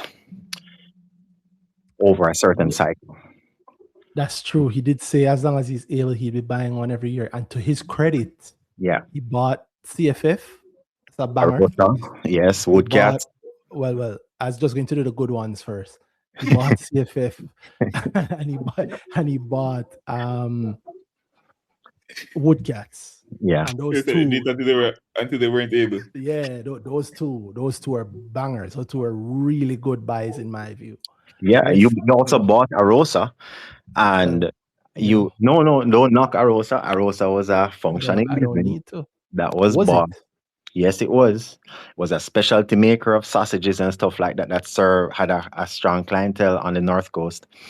It is why Arosa was attractive. Arosa also owned very valuable real estate, which has become much more valuable real estate now. Mm. And So what happened? is in it is situated in one of, if not the fastest growing commercial center in Jamaica right now, Which is where along the Jackdaw stretch, Draxall, correct? Yeah. right? And Yeah, what do you think is going to be the I Draxall of St. Thomas? that is Bowden Wharf goes back into the family business, and the family business is not going anywhere. Okay. You say you don't want me to call any unlisted companies on the show, so let's not talk about unlisted companies on the show. All right. Unless you want to talk about the coconut company, but yeah, Separate? but yes, but Arosa, the announcement, Lopo, is that we are selling the land at half price. Really? I can't understand how something that is worth 2 times the amount, that is located in one of the hottest real estate markets right now, you are selling for half price. Give, Sound like given $1 billion half losses kind of moves. half price sweat out, half of the value sweat out. Probably. Is that what you're saying? The only thing I can think of is that the only thing I don't even want to open this can of worms, but the only thing I can think of is that the sale price is being the structure is being set up where there is an entity of which DTL is going to be part owner, that the other percentage price value is going to go into. I can't see any other way. I cannot see it going to a sweat situation like Woodcats. That would be phenomenally in your face, blatant, box me down and lift me up and box me down again to shareholders. I mean, Woodcats was But this year. So- yeah, but like this year. you get the first punch and you're still stunted, and you get the second one. Yeah, I am just I mean, wondering. not to be too tangential, and I mean, and also not to absolve anything, but because I'm a sports guy and I'm seeing what's happening to the guy that owns the Lakers and the Dodgers. Mhm. Anything is possible. That's all I'll say. Yeah, anything is possible. But what I'm saying is, in this case, I am hoping that's not what's happening. I hope what they have done is they have created an entity that will, after this deal is structured out and everything, that detailed shareholders see that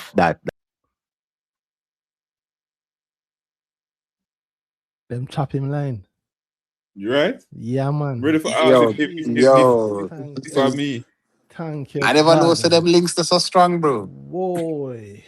The man them call Elon immediately and say, get him out. Cut that.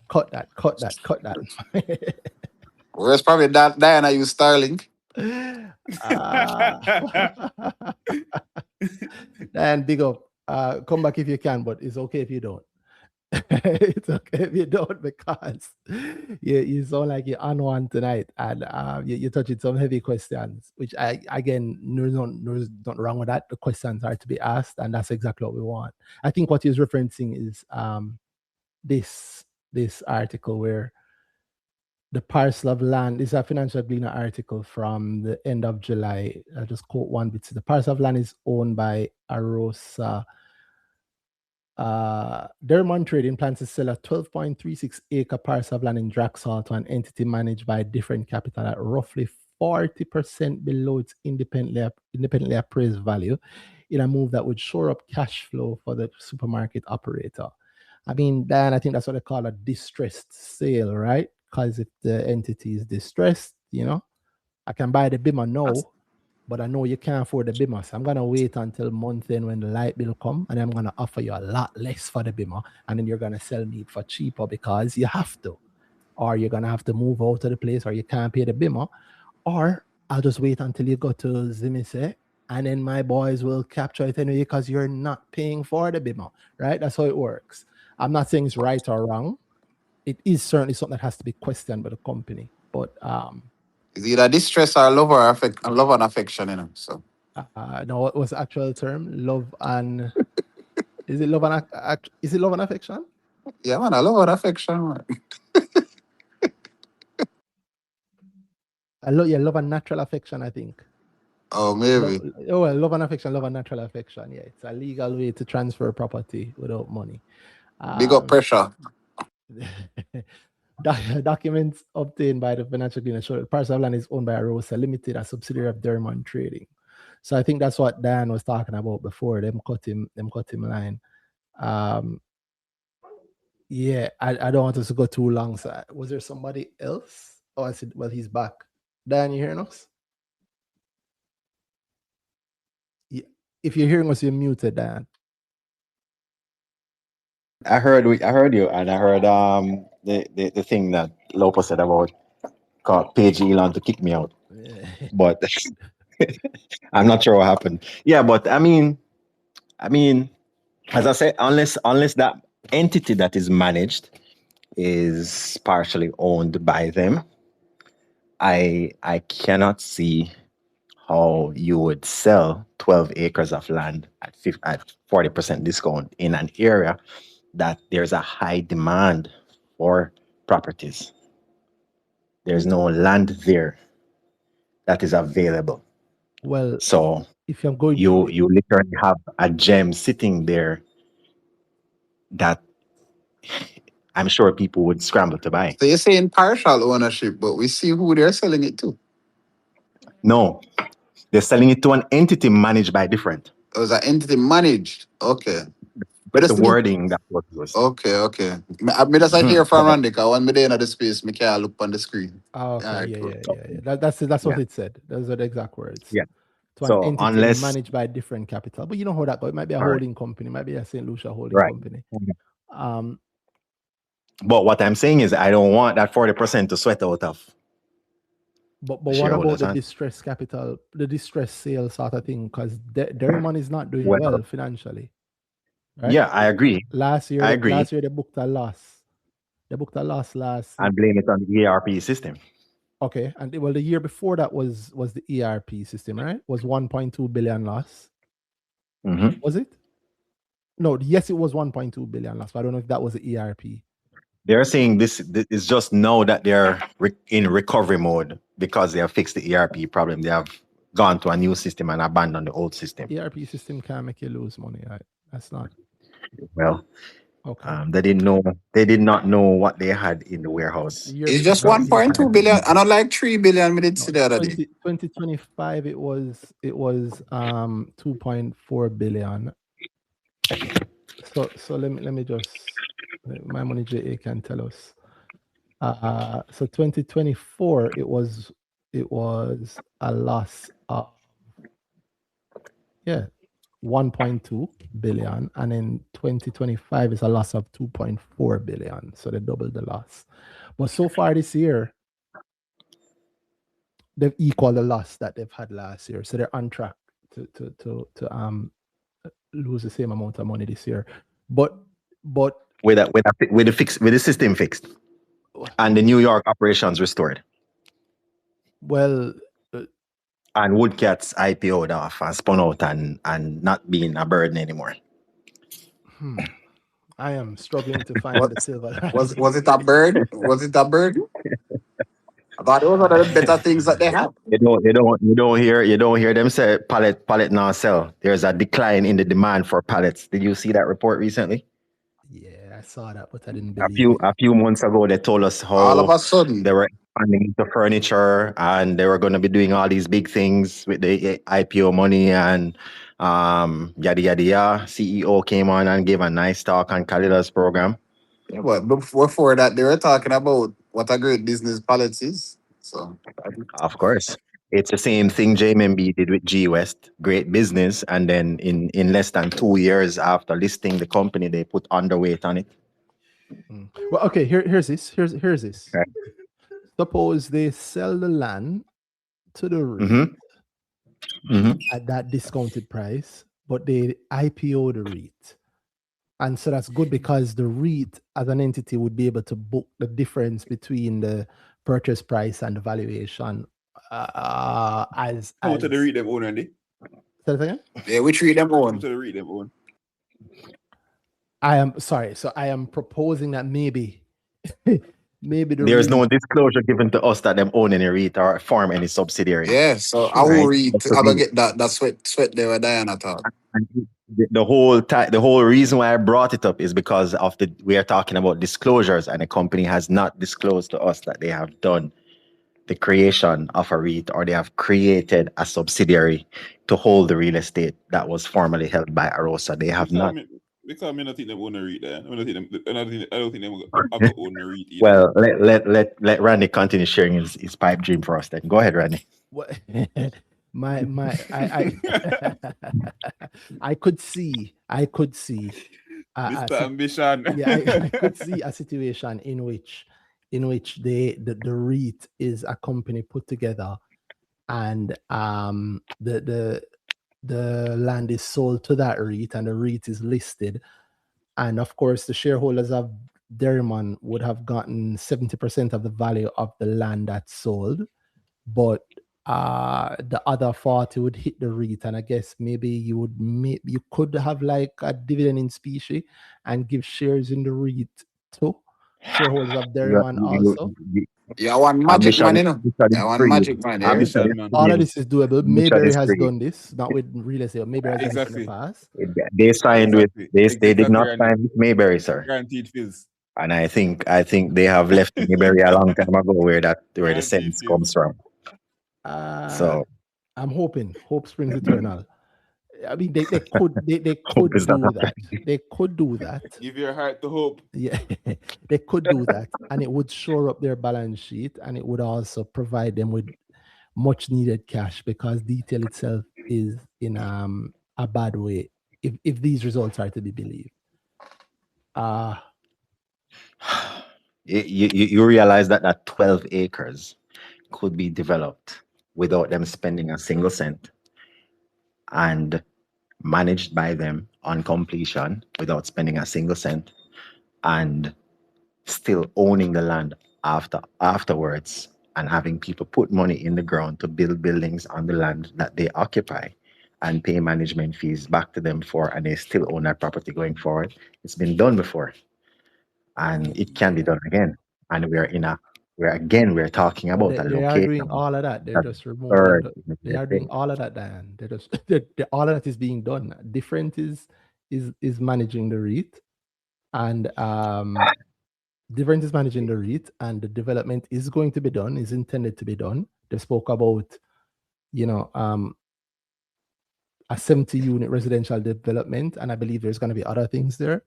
It's just that's just being done for the outside shareholders. Diane, you want to work here? You want to stick on the land work here? Where you just map out all that? Somebody else have the work. Somebody else have that work. Absolutely not, Sorry, bro. okay. Listen, Somebody else has that job. that I think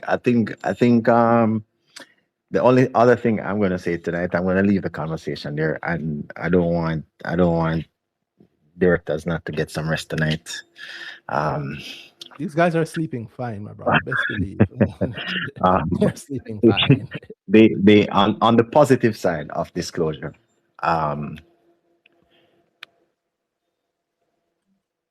for its impact, we have seen how company disclosure can drive market action, and we look at Trans Jamaica recently, and we look at how eager, and in the spaces we're seeing people asking the questions, hey, how much is the dividend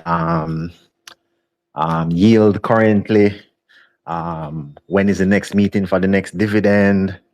You see people eagerly looking towards the company for information. And we see a company that listed on the cusp of one of the worst times in the last 6 years for investment, COVID. And when I say worse, I mean the opportunities everywhere, but I'm talking about in terms of on the general economy and people's lives being shut down and so forth. The company listed and has surged immensely. We hear a lot of What company persons. is this? Trans Jamaica. TGH, okay. But it didn't surge immensely then. No, man, not then. Okay. I'm just saying it from when it listed at what would have been like the darkest hour of our lives to where it is now, and how going from a point of launching in darkness to a place where the retail investor is looking and listening for notes from the company. The retail investor is looking at the road and connecting the impact of the road on their lives. The investors are looking on the expansion of highways across Jamaica and saying, I'm buying shares because Trans Jamaica is, even if Trans Jamaica is not yet connected to the road. For example, a few weeks ago, I heard somebody saying, the Mobile bypass? Yes. Okay. So I heard somebody saying, and this is a random person who, when Trans Jamaica came out, he bought 800,000 shares, and his wife bought 800,000 shares, Ooh, and they took loans from their credit union. pocket watch This is time. a regular, regular, regular person. I'm not talking about a person with high income. I'm not talking about a person with extensive investment knowledge. So they both bought 800,000 shares, Mm-hmm. 1.6 million shares, times that by 12. I'm sure the next time I see him, I must ask him how he's feeling, because that is something that must make him feel very good, You think he right? knows? Yes, man. Yeah, He man. said I think him and his he's, wife each buy 800,000 shares. yes, yes, Okay, yes. so They both 1.6 bought million at IPO. at IPO. Oh wow, Mhm. wow. So, so looking at that type of person who then is, I'm hearing a conversation, and the one of the persons works, has a relative who works in a bank, and this is what they were saying. I was overhearing the conversation, and the lady was saying to her friend, say, I buy some shares in an IPO in a Trans Jamaica, and me hear say price gone up, me hear say price gone up, and like she referenced her relative who worked at the bank, and was saying she was telling her relative at the time that she wanted to buy more, and the relative was discouraging her from buying more because of COVID, and she insisted on buying more, and she bought more, and she's now saying when she sees the work that is happening on the Mobe bypass, that Mm-hmm. she can't wait till it done, because she knows at that time she gonna make money. I know. And I love that. Even though she don't know that, but I love that. She I tying know, the I two things know, together. Yeah. Oh my god. so imagine, imagine that person thinking that no, and thinking that on the back of all of the positive sentiment around the company currently, Yeah, and yeah. They must looking love down it. the road, that's not somebody who's going to be jumping to sell. That person is visually seeing something in front of them that they tie to their company, that they Uh-huh. believe they're going to be a part of in the near Yeah, future, right? yeah, So, yeah, That type of tangibility is what I really like about Atlantic.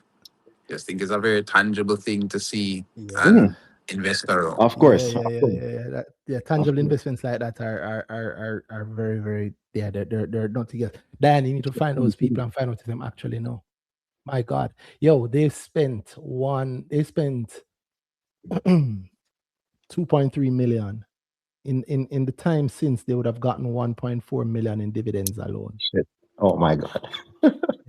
In dividends alone.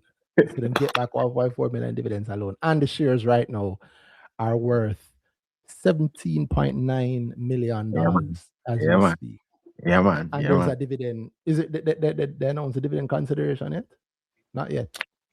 So we know there's another dividend Not coming yet. up. Wow. Yeah. So that for me is the power of the positive power of disclosure. And I mean, TJH has not really done. What disclosure have to do with that? Sorry, no. What What do you what, what mean? is what disclosure have Simple, to do with that? simple reporting, positive reporting, positive Dan, news. No, no, no. It To their is. credit, to their It is credit, Dan, a I don't form think of Transamerica has ever been disclosure. Global. they've ever been late. To their credit, I don't think they've ever Yeah. been late. that never made the price go from 1 to 12. Oh, Yeah. go on, yeah, man.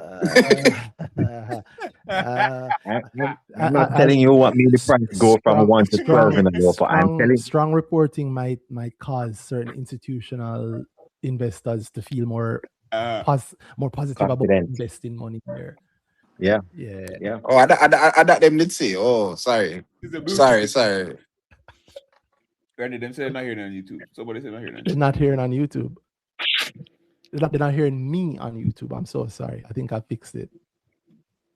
Yeah, I think the mic kicked off for a second, but they're hearing everybody else on YouTube. Mhm. Thanks, Danai. I don't. I don't know. Yeah, maybe good reporting. Scotia is a good example. Scotia reports Yeah. well, and that's why so many institutions have been so happy about owning Scotia shares, and that's why you see them balling now. Yeah, they love it so much. They love reporting so much. They're like, let's never report again. You know, it's a growing trend though of delistings in across markets. And maybe one brick talk we can talk about potential delisting companies, potential for the companies to be delisted, or a list of companies that potentially could become delisted in the next 3 to 5 years on the exchange. I mean, Sounds horrible. yeah, It's a part of the market, Lopo. It's not horrible. it is a part of the market. Yeah, It's a healthy part of the market. If anybody else wants to send a speaking request, now is the time to do it because we soon wrap up. And why we do that? Dan, sure. Let me hear. We'd have to have a deep convo about it. But tell me a couple of them that you think might delist then. Next 3 to 5. JBG. When you said delist, Yes. willingly or I you think the new owners would will have to talk. delist it? We'd have to talk about that on a different. As I said, we're not going to detail. Yeah. But if we have a conversation, we talk about it or in the group or something. But they're on my list. Okay. CHL. Okay. And I hate to say it, but learn.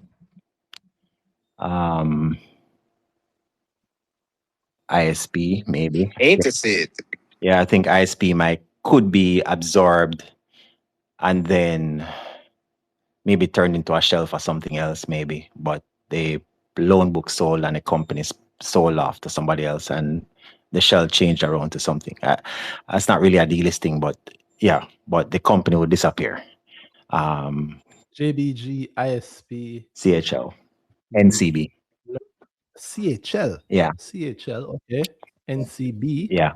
Okay. Yeah, I think if for example, a large international entity wanted to enter the banking space in Jamaica, but they didn't want to have a listed company and they wanted the NCB footprint, they could actually do a really good deal, give Michael Leachin shares in their existing entity, and they take NCB and delist it, and or just give him cash. I Assuming think that they haven't already. Yeah. Yeah. I that's not far fetched. I can also, if I was buying NCB, I'd delist it. Yeah. Because of what you can do once you've delisted it. Back here, you have to make it pay for itself. Maybe we'll list it back in 5, but the first 5. Fix it up and come again. Spin off a couple. Fix it up, but it have to pay for it. We just buy it. It's got to pay for itself. It's like Atlantic, right? That's not bad. JBG. I could see Carib Cement delisting. Yes, definitely. Yeah. Arley's being sold. Definitely. Well, you know, funnily, I don't think CMEX would sell it. I think our market is kind of like a cornerstone for a couple of things, and I think I think unless they were to find themselves in a situation where the tariff on cement was no longer an issue, and then they could just if that drops, then then definitely lock it down the next day after that. Because you're dead either way. But I don't think that tariff Brazil or Mexico, and that's it. And you're done. I mean, and what's the motivation for these delistings? Because I have some that I just feel like my thoughts would be a different motivation. I'm not going off feelings purely. I am looking at how the businesses are now and the risks to the businesses, and what owner temperaments might look like that I may have come across, and that's just how I look at it. Those are the ones really. I'm not gonna be surprised when CPJ is no longer on my money. CPJ. Okay. Oh, you know. By the way, as you bring up CPJ, you remember CPJ had an ERP problem, much like detail at one time. And you recall, if I recall correctly, heads rolled for that. All right. Yeah, and the price is around about where it was around them time that too. Mhm. Right now. Mhm. No, I don't remember that at all.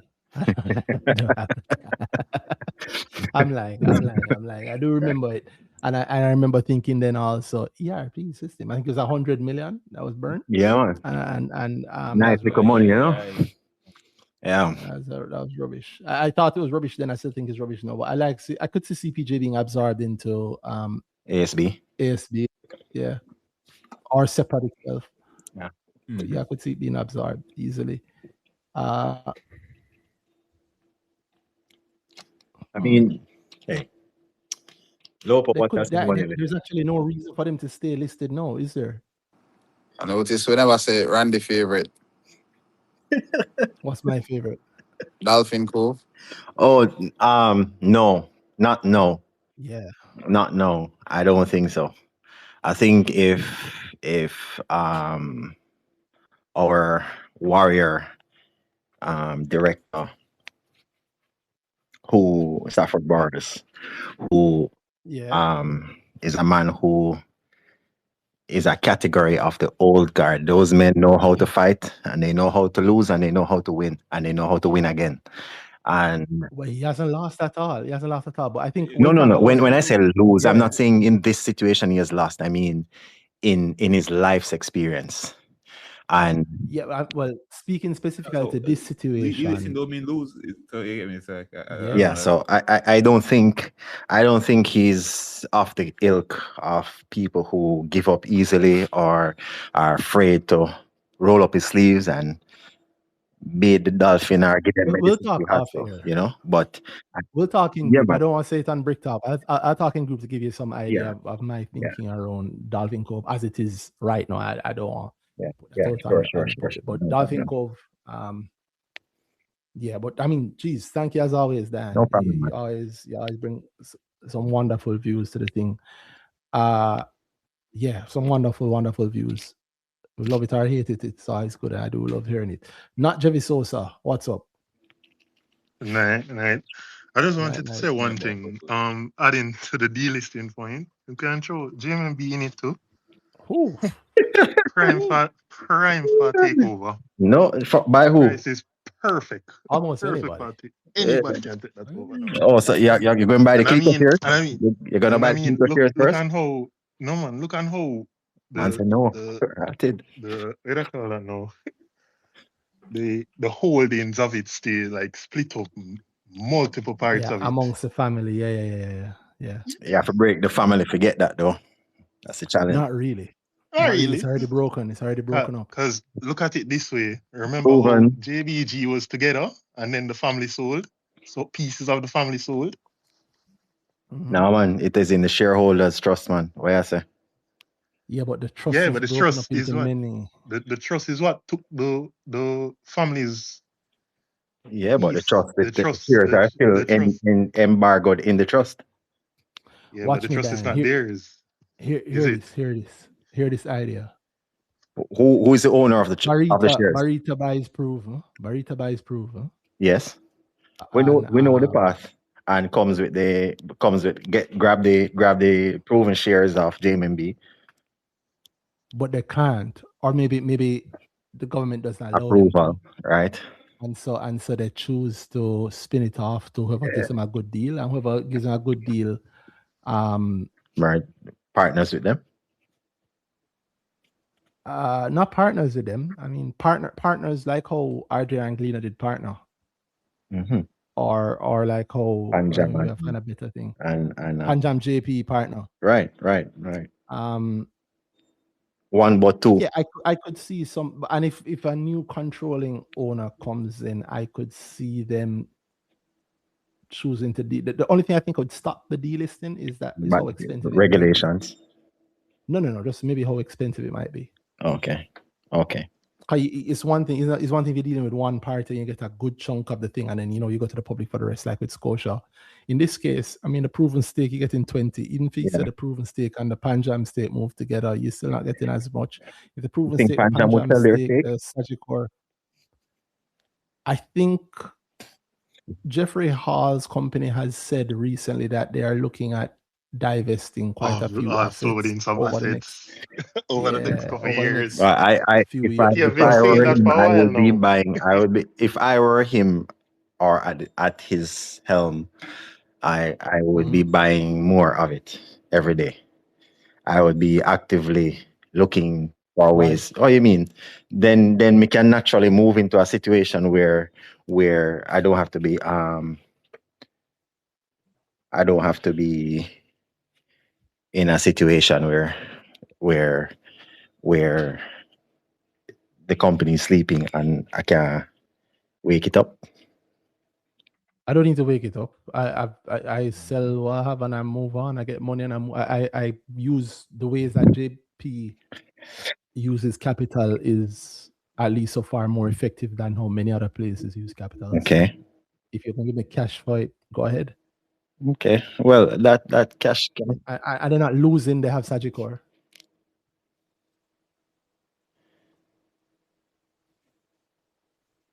I mean, hell, you could sell it back to. Hey, you know Sagicor. when you say it that way, but then it's a circle because Sagicor comes back around to JMB. Yeah. So you could sell it to Sagicor. Yeah. And that widens the entire group. Yeah. And you're selling it you're getting it for a song. I mean, NCB is cheap. No, JMB is cheapest. I saw a headline recently saying about to get cheaper. It's sad. JMB It's so sad. stake It's so earns sad more to than see its that. own business and It's worth sad. more than the Yeah, entire company. as I said earlier, I hope that the gentleman who identified us as non-fundamental investors is in a reflective mood in 2026 about. What I mean, probably in first sell. I mean, probably in first sell. Exactly. I'll Yeah, leave you. exactly. No, I mean, Reflective. in all seriousness though, that the impact. We know that, Joe. The impact. Oh, God knows, Star. You have a company that was born out of real Jamaican grit, single mother. Yes. Hey, people don't understand the legacy of this company, They do, but legacy don't pay the bills, my brother. Oh man, come on, man! It's legacy don't. All right, so buy it then and pin it That up. may I say. Pull a Take it over, barita. no? Pull a That barita. exactly, and that was about to say. Take it over, man. Diane, let's call PB. Might just say, let's buy it. Yeah.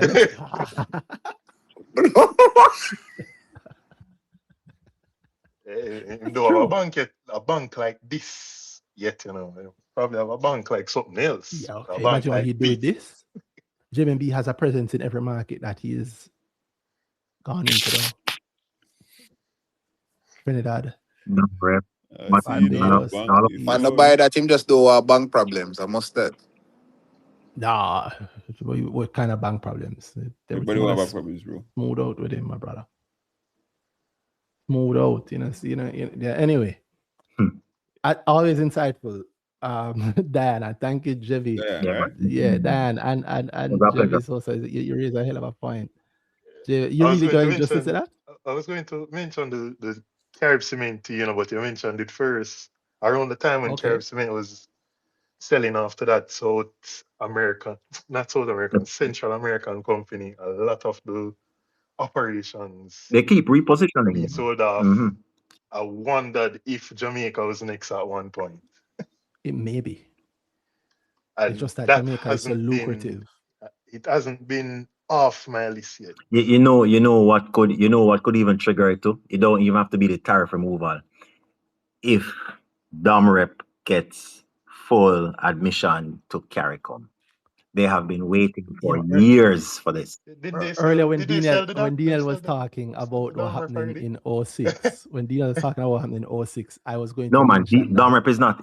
some would say, no Yeah. man, when he mentioned what happened in '06 with cement, Mhm. I was going to mention that some would say that maybe the reason Domrep is not in CARICOM and is constantly maybe kept out of CARICOM It's because of that. is because of that. Mhm. Yeah, because that changes the game a Big lot. time. But you have to be deep in the game to understand that. Yeah. Yeah. Yeah.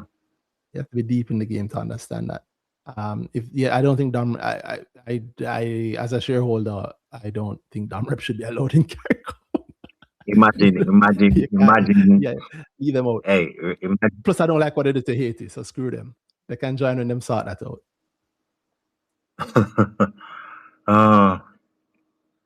Oh boy. Yeah, it's hard. I know I'm generalizing, but it is what it is. It's hard. But yeah, they knock a couple of businesses if they join. Yeah. And hey, they might anyway.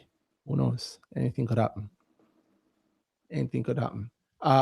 Why were you saying it though, not Javi Sosa? Tell us that, because I know I cut you off a while ago when you were Oh, with talking. the Caribbean cement? Yeah, because they were offloading a lot of Caribbean operations, right? Or close to They did. Caribbean operations and cutting off. I think they cut off even Singapore. I think they cut off. Cut off Barbados Quite a and few Trinidad. places. Yeah, I think Turkey also.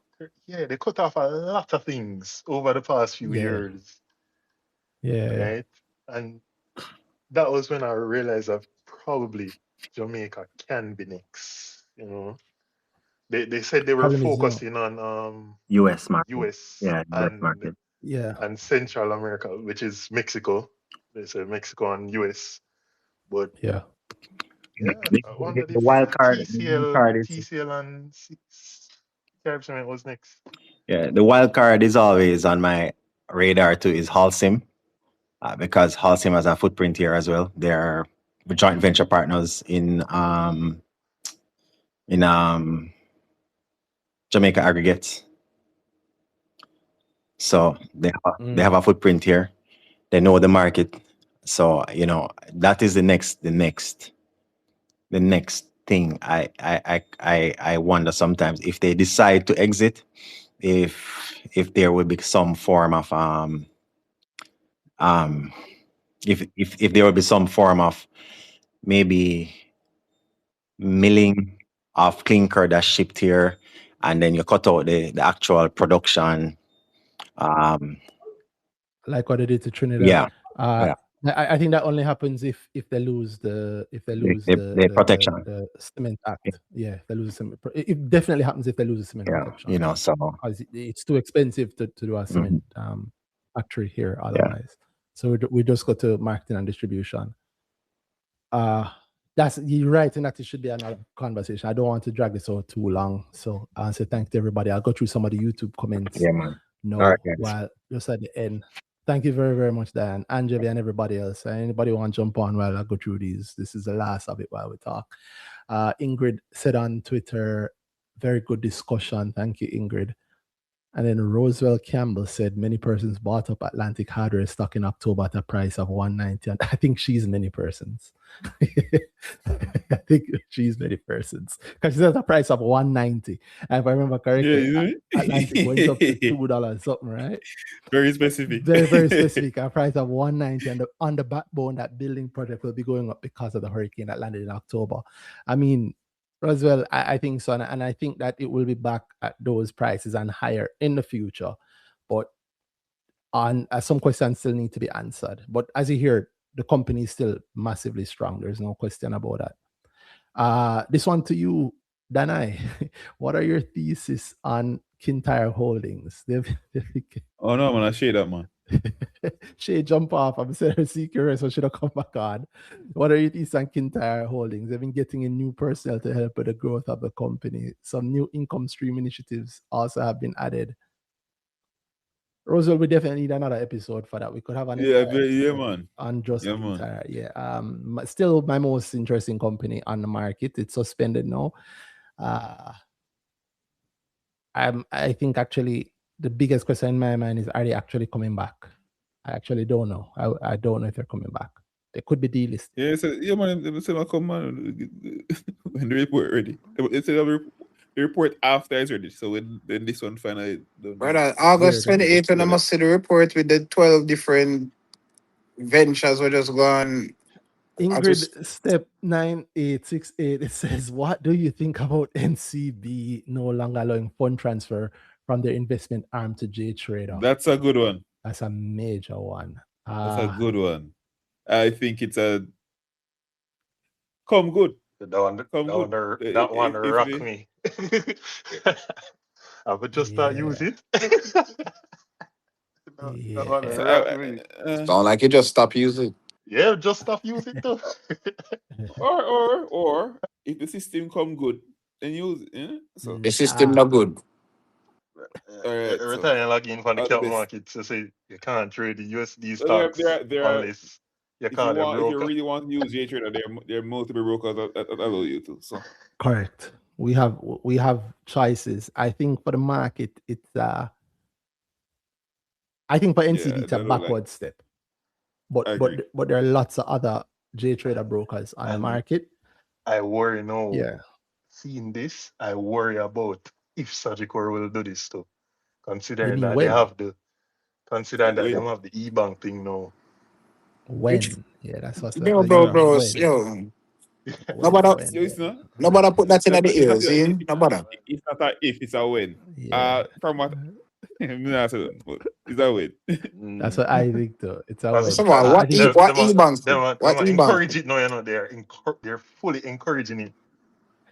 What so. e-bank thing? Them mobile app is still a browser wrapper. Website thing, yeah. Like what Yes. you mean? So What e-bank thing? You must be mad.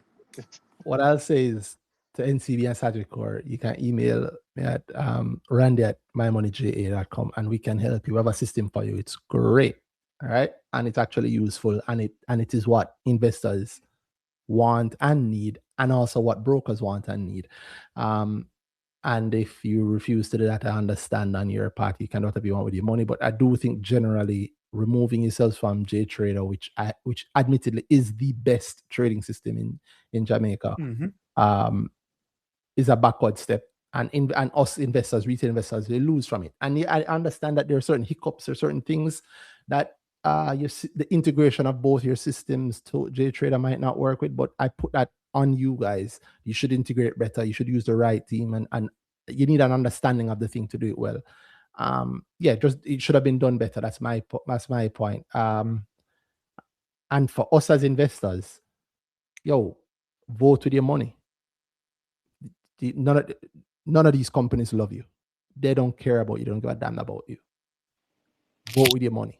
Move your money elsewhere judiciously. That's my truth. If you don't like it, if you like it, if you cool the service, if it's great, then stay. But if better is elsewhere, go elsewhere. Because as you can see, when these companies think that something is better for them, they do it like that. You notice it wasn't NCBs asking you if they should do it. It's as of September 18th, we're no longer doing it. And also, I gather from people who have told me that if you sign up right now, they're not really allowing any of the new people to do any JTrader, to come onto JTrader. So I think that's a backward step for them. But thankfully, there are other brokers out there that you can get JTrader with, and so you should go to them. JTrader is the best trading system right now. The fact that you can't do it, and I think with none of these systems other than JTrader can you do the arbitrage. Can you buy and sell in US and Jamaican in the same stock? The fact that you can't do that even buy a alone bond. you can't even buy a bond. So Or sell the bond if you have it. You can't access the full market. That's backward. Randy, you realize this is again going back to the same disregarding of retail and side leaning of retail. Every time. Right? Yes. And Because I believe that there are not many people. Yes, let me just say, I'll leave it that way. I've had lots of conversations with lots of people in the space. I'll say yes. They don't think about the market. So it's for us to make them think about it. Or if they're not, go where your money is appreciated. I remember when Roswell again, boy, Roswell looked like, I can tell you invest in two companies.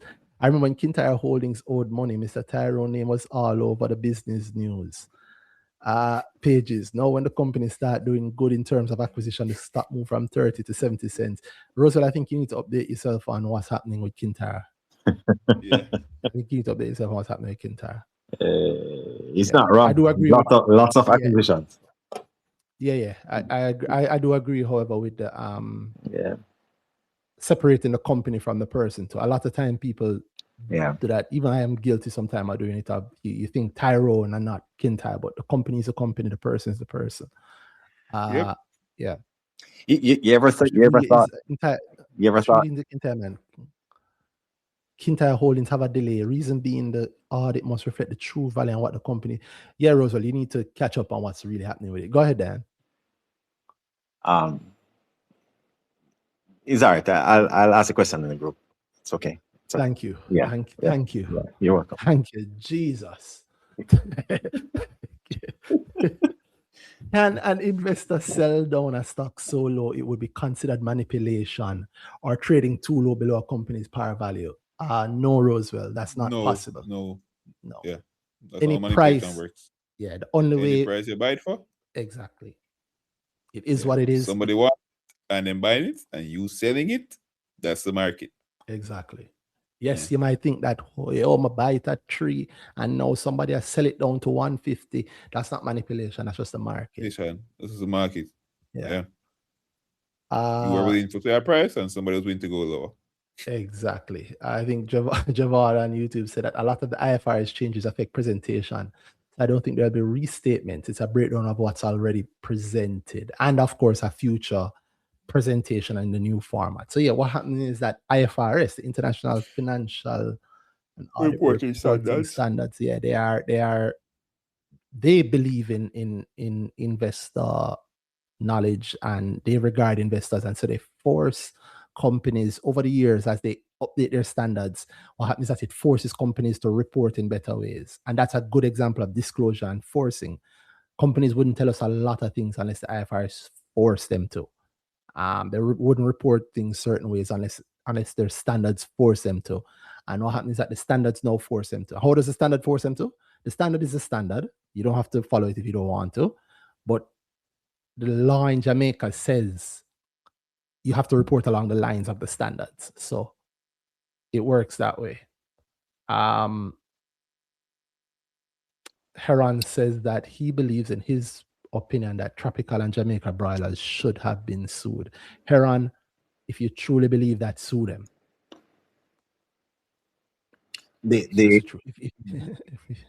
Here comes your lawyer. Go ahead, Counselor. Yeah, man. Back to the point before, the person who mentioned IFRS 18. He was responding to something I said. If he's still listening, what will happen on the IFRS is that when the company reports its 2026 numbers in the current format, when they're doing next year's format on the report, what will happen is that the format used for 2026 cannot be used as the previous financial period in comparison to the current financial or the current reporting financial period, where you're using one standard for 2026 and another standard for 2027. Yeah, I know that. I know that.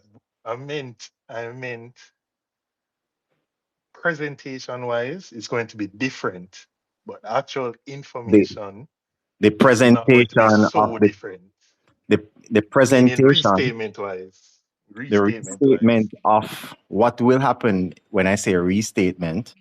The restatement refers to how the numbers are broken out. So 2026 will have to be restated using the format of the IFRS 18 alongside 2027's number. Or the comparative period. Correct. No, I meant more along the lines of, yes, it's going to change the presentation of it. But if I made 10 million last year and the new set of statements come out and it's still going to show I made 10 million, but it's going to show we're not saying the numbers are being changed. No. That's what I meant by restatement. That's what I thought you meant by restatement. Okay. That's why I said it. Okay. Yeah, it's just more detail. So, for it's example, more you just broken down. following your example there is like you made 10 million. When you restate it, you still show 10 million, but now you have to show that it's actually 6 million Correct. over here That's and right. 4 million over here that made up the 10 million. Yeah, it's a It's very interesting essentially going set to of be standards cash to go flow through. part 2. Kind of, yeah, That's what it's kind going of, to be. Cash kind flow of. part 2. Yeah. And I'm happy for everybody it. has to have this. Nobody else can deviate from this if you use IFRS. Yeah, and you have a Because chart to do that. nowadays, all the companies now, most of the companies now don't report along this. They do other things. Some people include depreciation and stuff, or some people just exclude it all. You have to find it in somewhere else and all of that. So Or they're lumped now, together or not broken out, so you don't yeah, see segmented reporting as we have asked for in some meetings. Probably people ask the questions, how much did you spend on this, and you don't get the answer. So we will have a greater insight into how the company's operation, how the company is being operated, and where money is coming from, and where money is being spent in categories that we can then review with more detail. All right. I see why Heron was saying what he was saying, because he says he's lost more than 750,000 on Tropical and JBG because of what he interprets as company misrepresentation of financials. I think maybe that has happened in JBG. I don't know if that's happening in Tropical. I think Tropical, Heron made the decision to do an APO regardless of what the expected effect of that is on the investing public. So yeah. Wasn't there also some issue that they had with some deal that they did? I think I wish that I could have swear them cut your line earlier. What is happening, man? I'm not trying to remember that, Dad. I'm not trying to remember it. I'm not trying to remember it. It's cool. It's cool. Actually, like I'm here. What no? Roswell say, JC know much of this type of tardiness, so why aren't they starting to have good discussion on such issue? It's not the JC's job. These companies are the clients of the JC. JC gets money from them. So JC is not going to say this stuff. It's for us to have the conversation, which is why I'm having it here. So I'm happy that people are joining in and you are hearing it. It's not on the JC. The JC is doing their part. So like in the issue on the question, JC did their part. They followed their rules and they suspended the company. And then it's out of their hands at that point. It literally is out of their hands. It's not on them. It's on the government, actually, via the TAJ. If JC wants to be cross-listed on the Caribbean, this has to be addressed. The JC is the best market in the Caribbean. Simple. There's none better than the JC. And I don't. What was that? If it was the big cross listed, because that's what people that has been out there in the zeitgeist. People have been saying that for a while, But the truth is, we can do another episode on that. But we are the best market in the Caribbean. Maybe they should buy some of the other exchanges. Debt challenging business environment. Somebody's did them sympathies. I'm not going to read all of them, but I do want to just touch some of the important one. If a company is a good capital allocator, dividends not a good idea. I disagree strongly. The company, disagree completely. Horrible. Company Terrible. better at managing money than I am. If you don't believe me, give me the money and I will show you. And that good capital allocator line, the whole point. we're investing to get something. So I should not only be getting something only when I sell my shares. Maybe I would love to hold my shares and get something. What? No, I'm completely fine if it doesn't pay dividends and I can get a good return from it. Yes. But at the end of the day, a company having more money than they can reasonably do anything with in the short term, it's fine. Pay some dividends. And how you do the buyback matters too. Yo. Yeah. Oh yeah. Especially thing, good capital allocator. That's not the same thing as doing a buyback. That's two different things. True, but it is allocating capital because you'll be taking the cash to buy the shares. But saying a good capital allocator, Yo, you know what? If they do the buyback, it's how they do the buyback. If they were to do a true, yes. That's how I'm holding up. So yes, he's very right on the sense that if they do it properly, then sure. But also, to say dividend is not a good idea, that's not no. So yes, if you're a good capital allocator, then they can do buybacks in a good way. That can make me say, okay, I'm fine foregoing a dividend for this period. But dividend is not a good idea. Those two are not mutually exclusive. Yeah. Yo, which company would you be okay so dividends can be a good idea in that sense. Which company would you be okay with them taking the dividend money instead of doing a dividend, they do a buyback?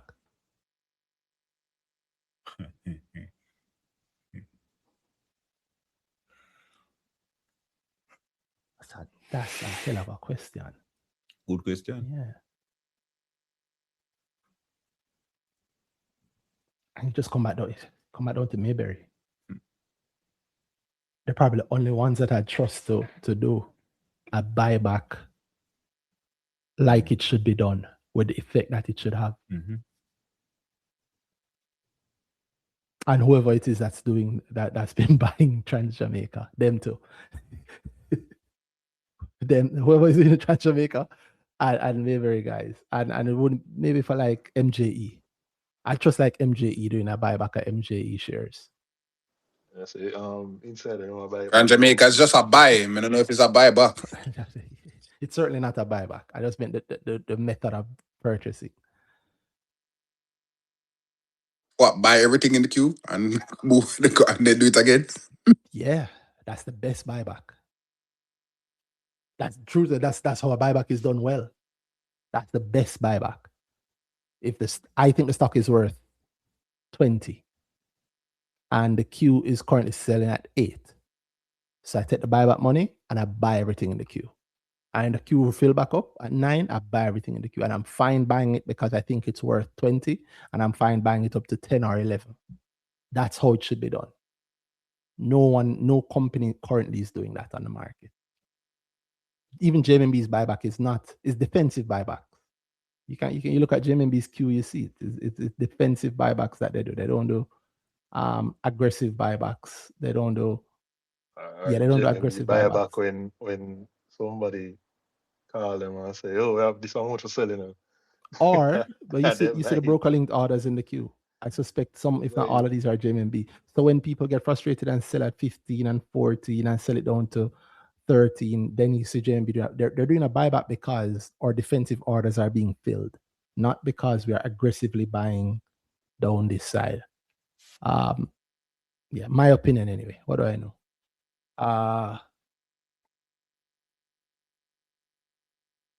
Barita did detail APO. Yes, they did. Detail get desperate. I read the news on the land sale saying 40% below land value. Yes, we've seen that. CEOs will always, this is a good point, Roswell. CEOs will always speak positively about their company. I think that's a great thing for us to know. We have to just look at the financials and look at what they're doing. And you buy companies on the low. That's nice. I don't know. I'm surprised you guys wrote this much on YouTube. I'm thankful for you guys talking about it. I'm not going to spend the whole night reading it out. Very, very thankful for the comments. Jump on the YouTube space whenever you want us to actually talk. We'd love to have a conversation with some of you. Some of you have done that over the years, and we're looking forward to more of that as we go. Phil Berg invests, I'll end with that one. We didn't hear him tonight, but he said SVL is one of the best allocators of capital in the market. But the dividend have to run. That is true. That is true on both counts. And the dividend does have to run. And he agrees with MJE buyback. Yeah, I think an MJE buyback would be done well. JMB is waiting on the hands of those willing to sell at 17. Roswell, you really have to get updated to what's happening on the market. JMB is at 15 right now and falling. So, well, to be fair, rising. It rose today, but Rosalie, have you heard of a site called My Money JA? 13 on a bad day. Yes, 13 on a bad day. That's true. Well, I don't know if it's a bad day, but next up. Bad day for you know, people have it already. 70% losses. We'll buy at the APO. Horrible. Wow. Wow. You realize that requires 233% just to get back to break even? 233%. 233% profit just to get back to break even if you bought at if you're down 70%. Talk to Danai about how to get some of that ground recovered if you are in that sort of situation. You need an advisor that can help you, that can pay attention to your specific needs.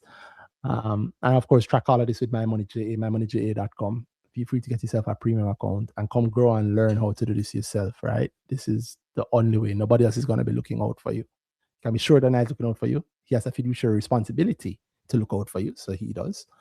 We don't have any fiduciary responsibility to you, but I put my own reputation on ensuring that my money J is accurate. And at Grow, I go more than the extra mile to ensure that you learn how to access the market, how to look, what to look out for, and how to learn how to make money. So it's not, I said learn 3 times, so that's a bad luck. But it's not about hearing which stock you must buy. It's about knowing what the things are to look for so that you can find out which stock you must buy on your own. So you don't have to depend on a link or somebody to tell you something. You can do it for yourself. evermickle.com/GRWR grow. Right. And as I said earlier, the next advanced grow is gonna be on that same point that I mentioned. I want to get the topic right, but the circuit breaker. It's part 2 of 3. Yeah. Circuit breaker. Definitely want to check that out. If you've done Grow before, and it's great for you. If you haven't done Grow, I'd recommend doing Grow first before you do this. I tend to, it is a step after Grow, and it's not, I know you might have a lot of knowledge, I'm not knocking it, but a lot of people have a lot of knowledge, and then you realize that the specific things needed to understand the market tends not to come along by accident, and it's not what they teach typically. So do Grow first, and you can do this. But if you're insistent that you can understand and you want to do this first, I'm not going to say no, I'll take your money and I'll do the best job I can. And usually when people do that, what happens is that afterwards they go, I should have done Grow first, and then they come and they do Grow. Either way, works for you. Check it out. And I'm going to end on that note. So thank you guys. Thank you guys very, very much for joining us this week. Thank you, Danai, for doing. Thank you, Shay, for the time that you're on. Shay, jump off, and I don't come back on. I'm sitting on a speaking request, and I didn't hear her again. But thank you, and of course, thank you very much to DNL for coming on again. That's disclosure that's not needed, and I speaking for myself, him doing that and the things that he has been doing has, in my book, it's a great thing. It has been a great thing in my book, and it has restored some confidence in me in terms of what's happening in the company. And the truth is, whatever is about to happen in the future is out of the company's power, I believe. So is it that fix or don't fix, but the things that are within the company's power, I trust this CEO. So I would not want a different CEO unless they can show me how they're going to make even more money and pay out some dividends and do all the things that will make us want to buy the shares so that the price go all the way up. And of course, thank you to Danai and everybody else who joined. Danai, have anything else you want to leave with? No, the usual. Best up, people. See you guys next week. Keep investing. And if you haven't started, start investing. Yeah, man. Trust me. It's been another BrickTalk. Have a good night, everybody. Bye-bye.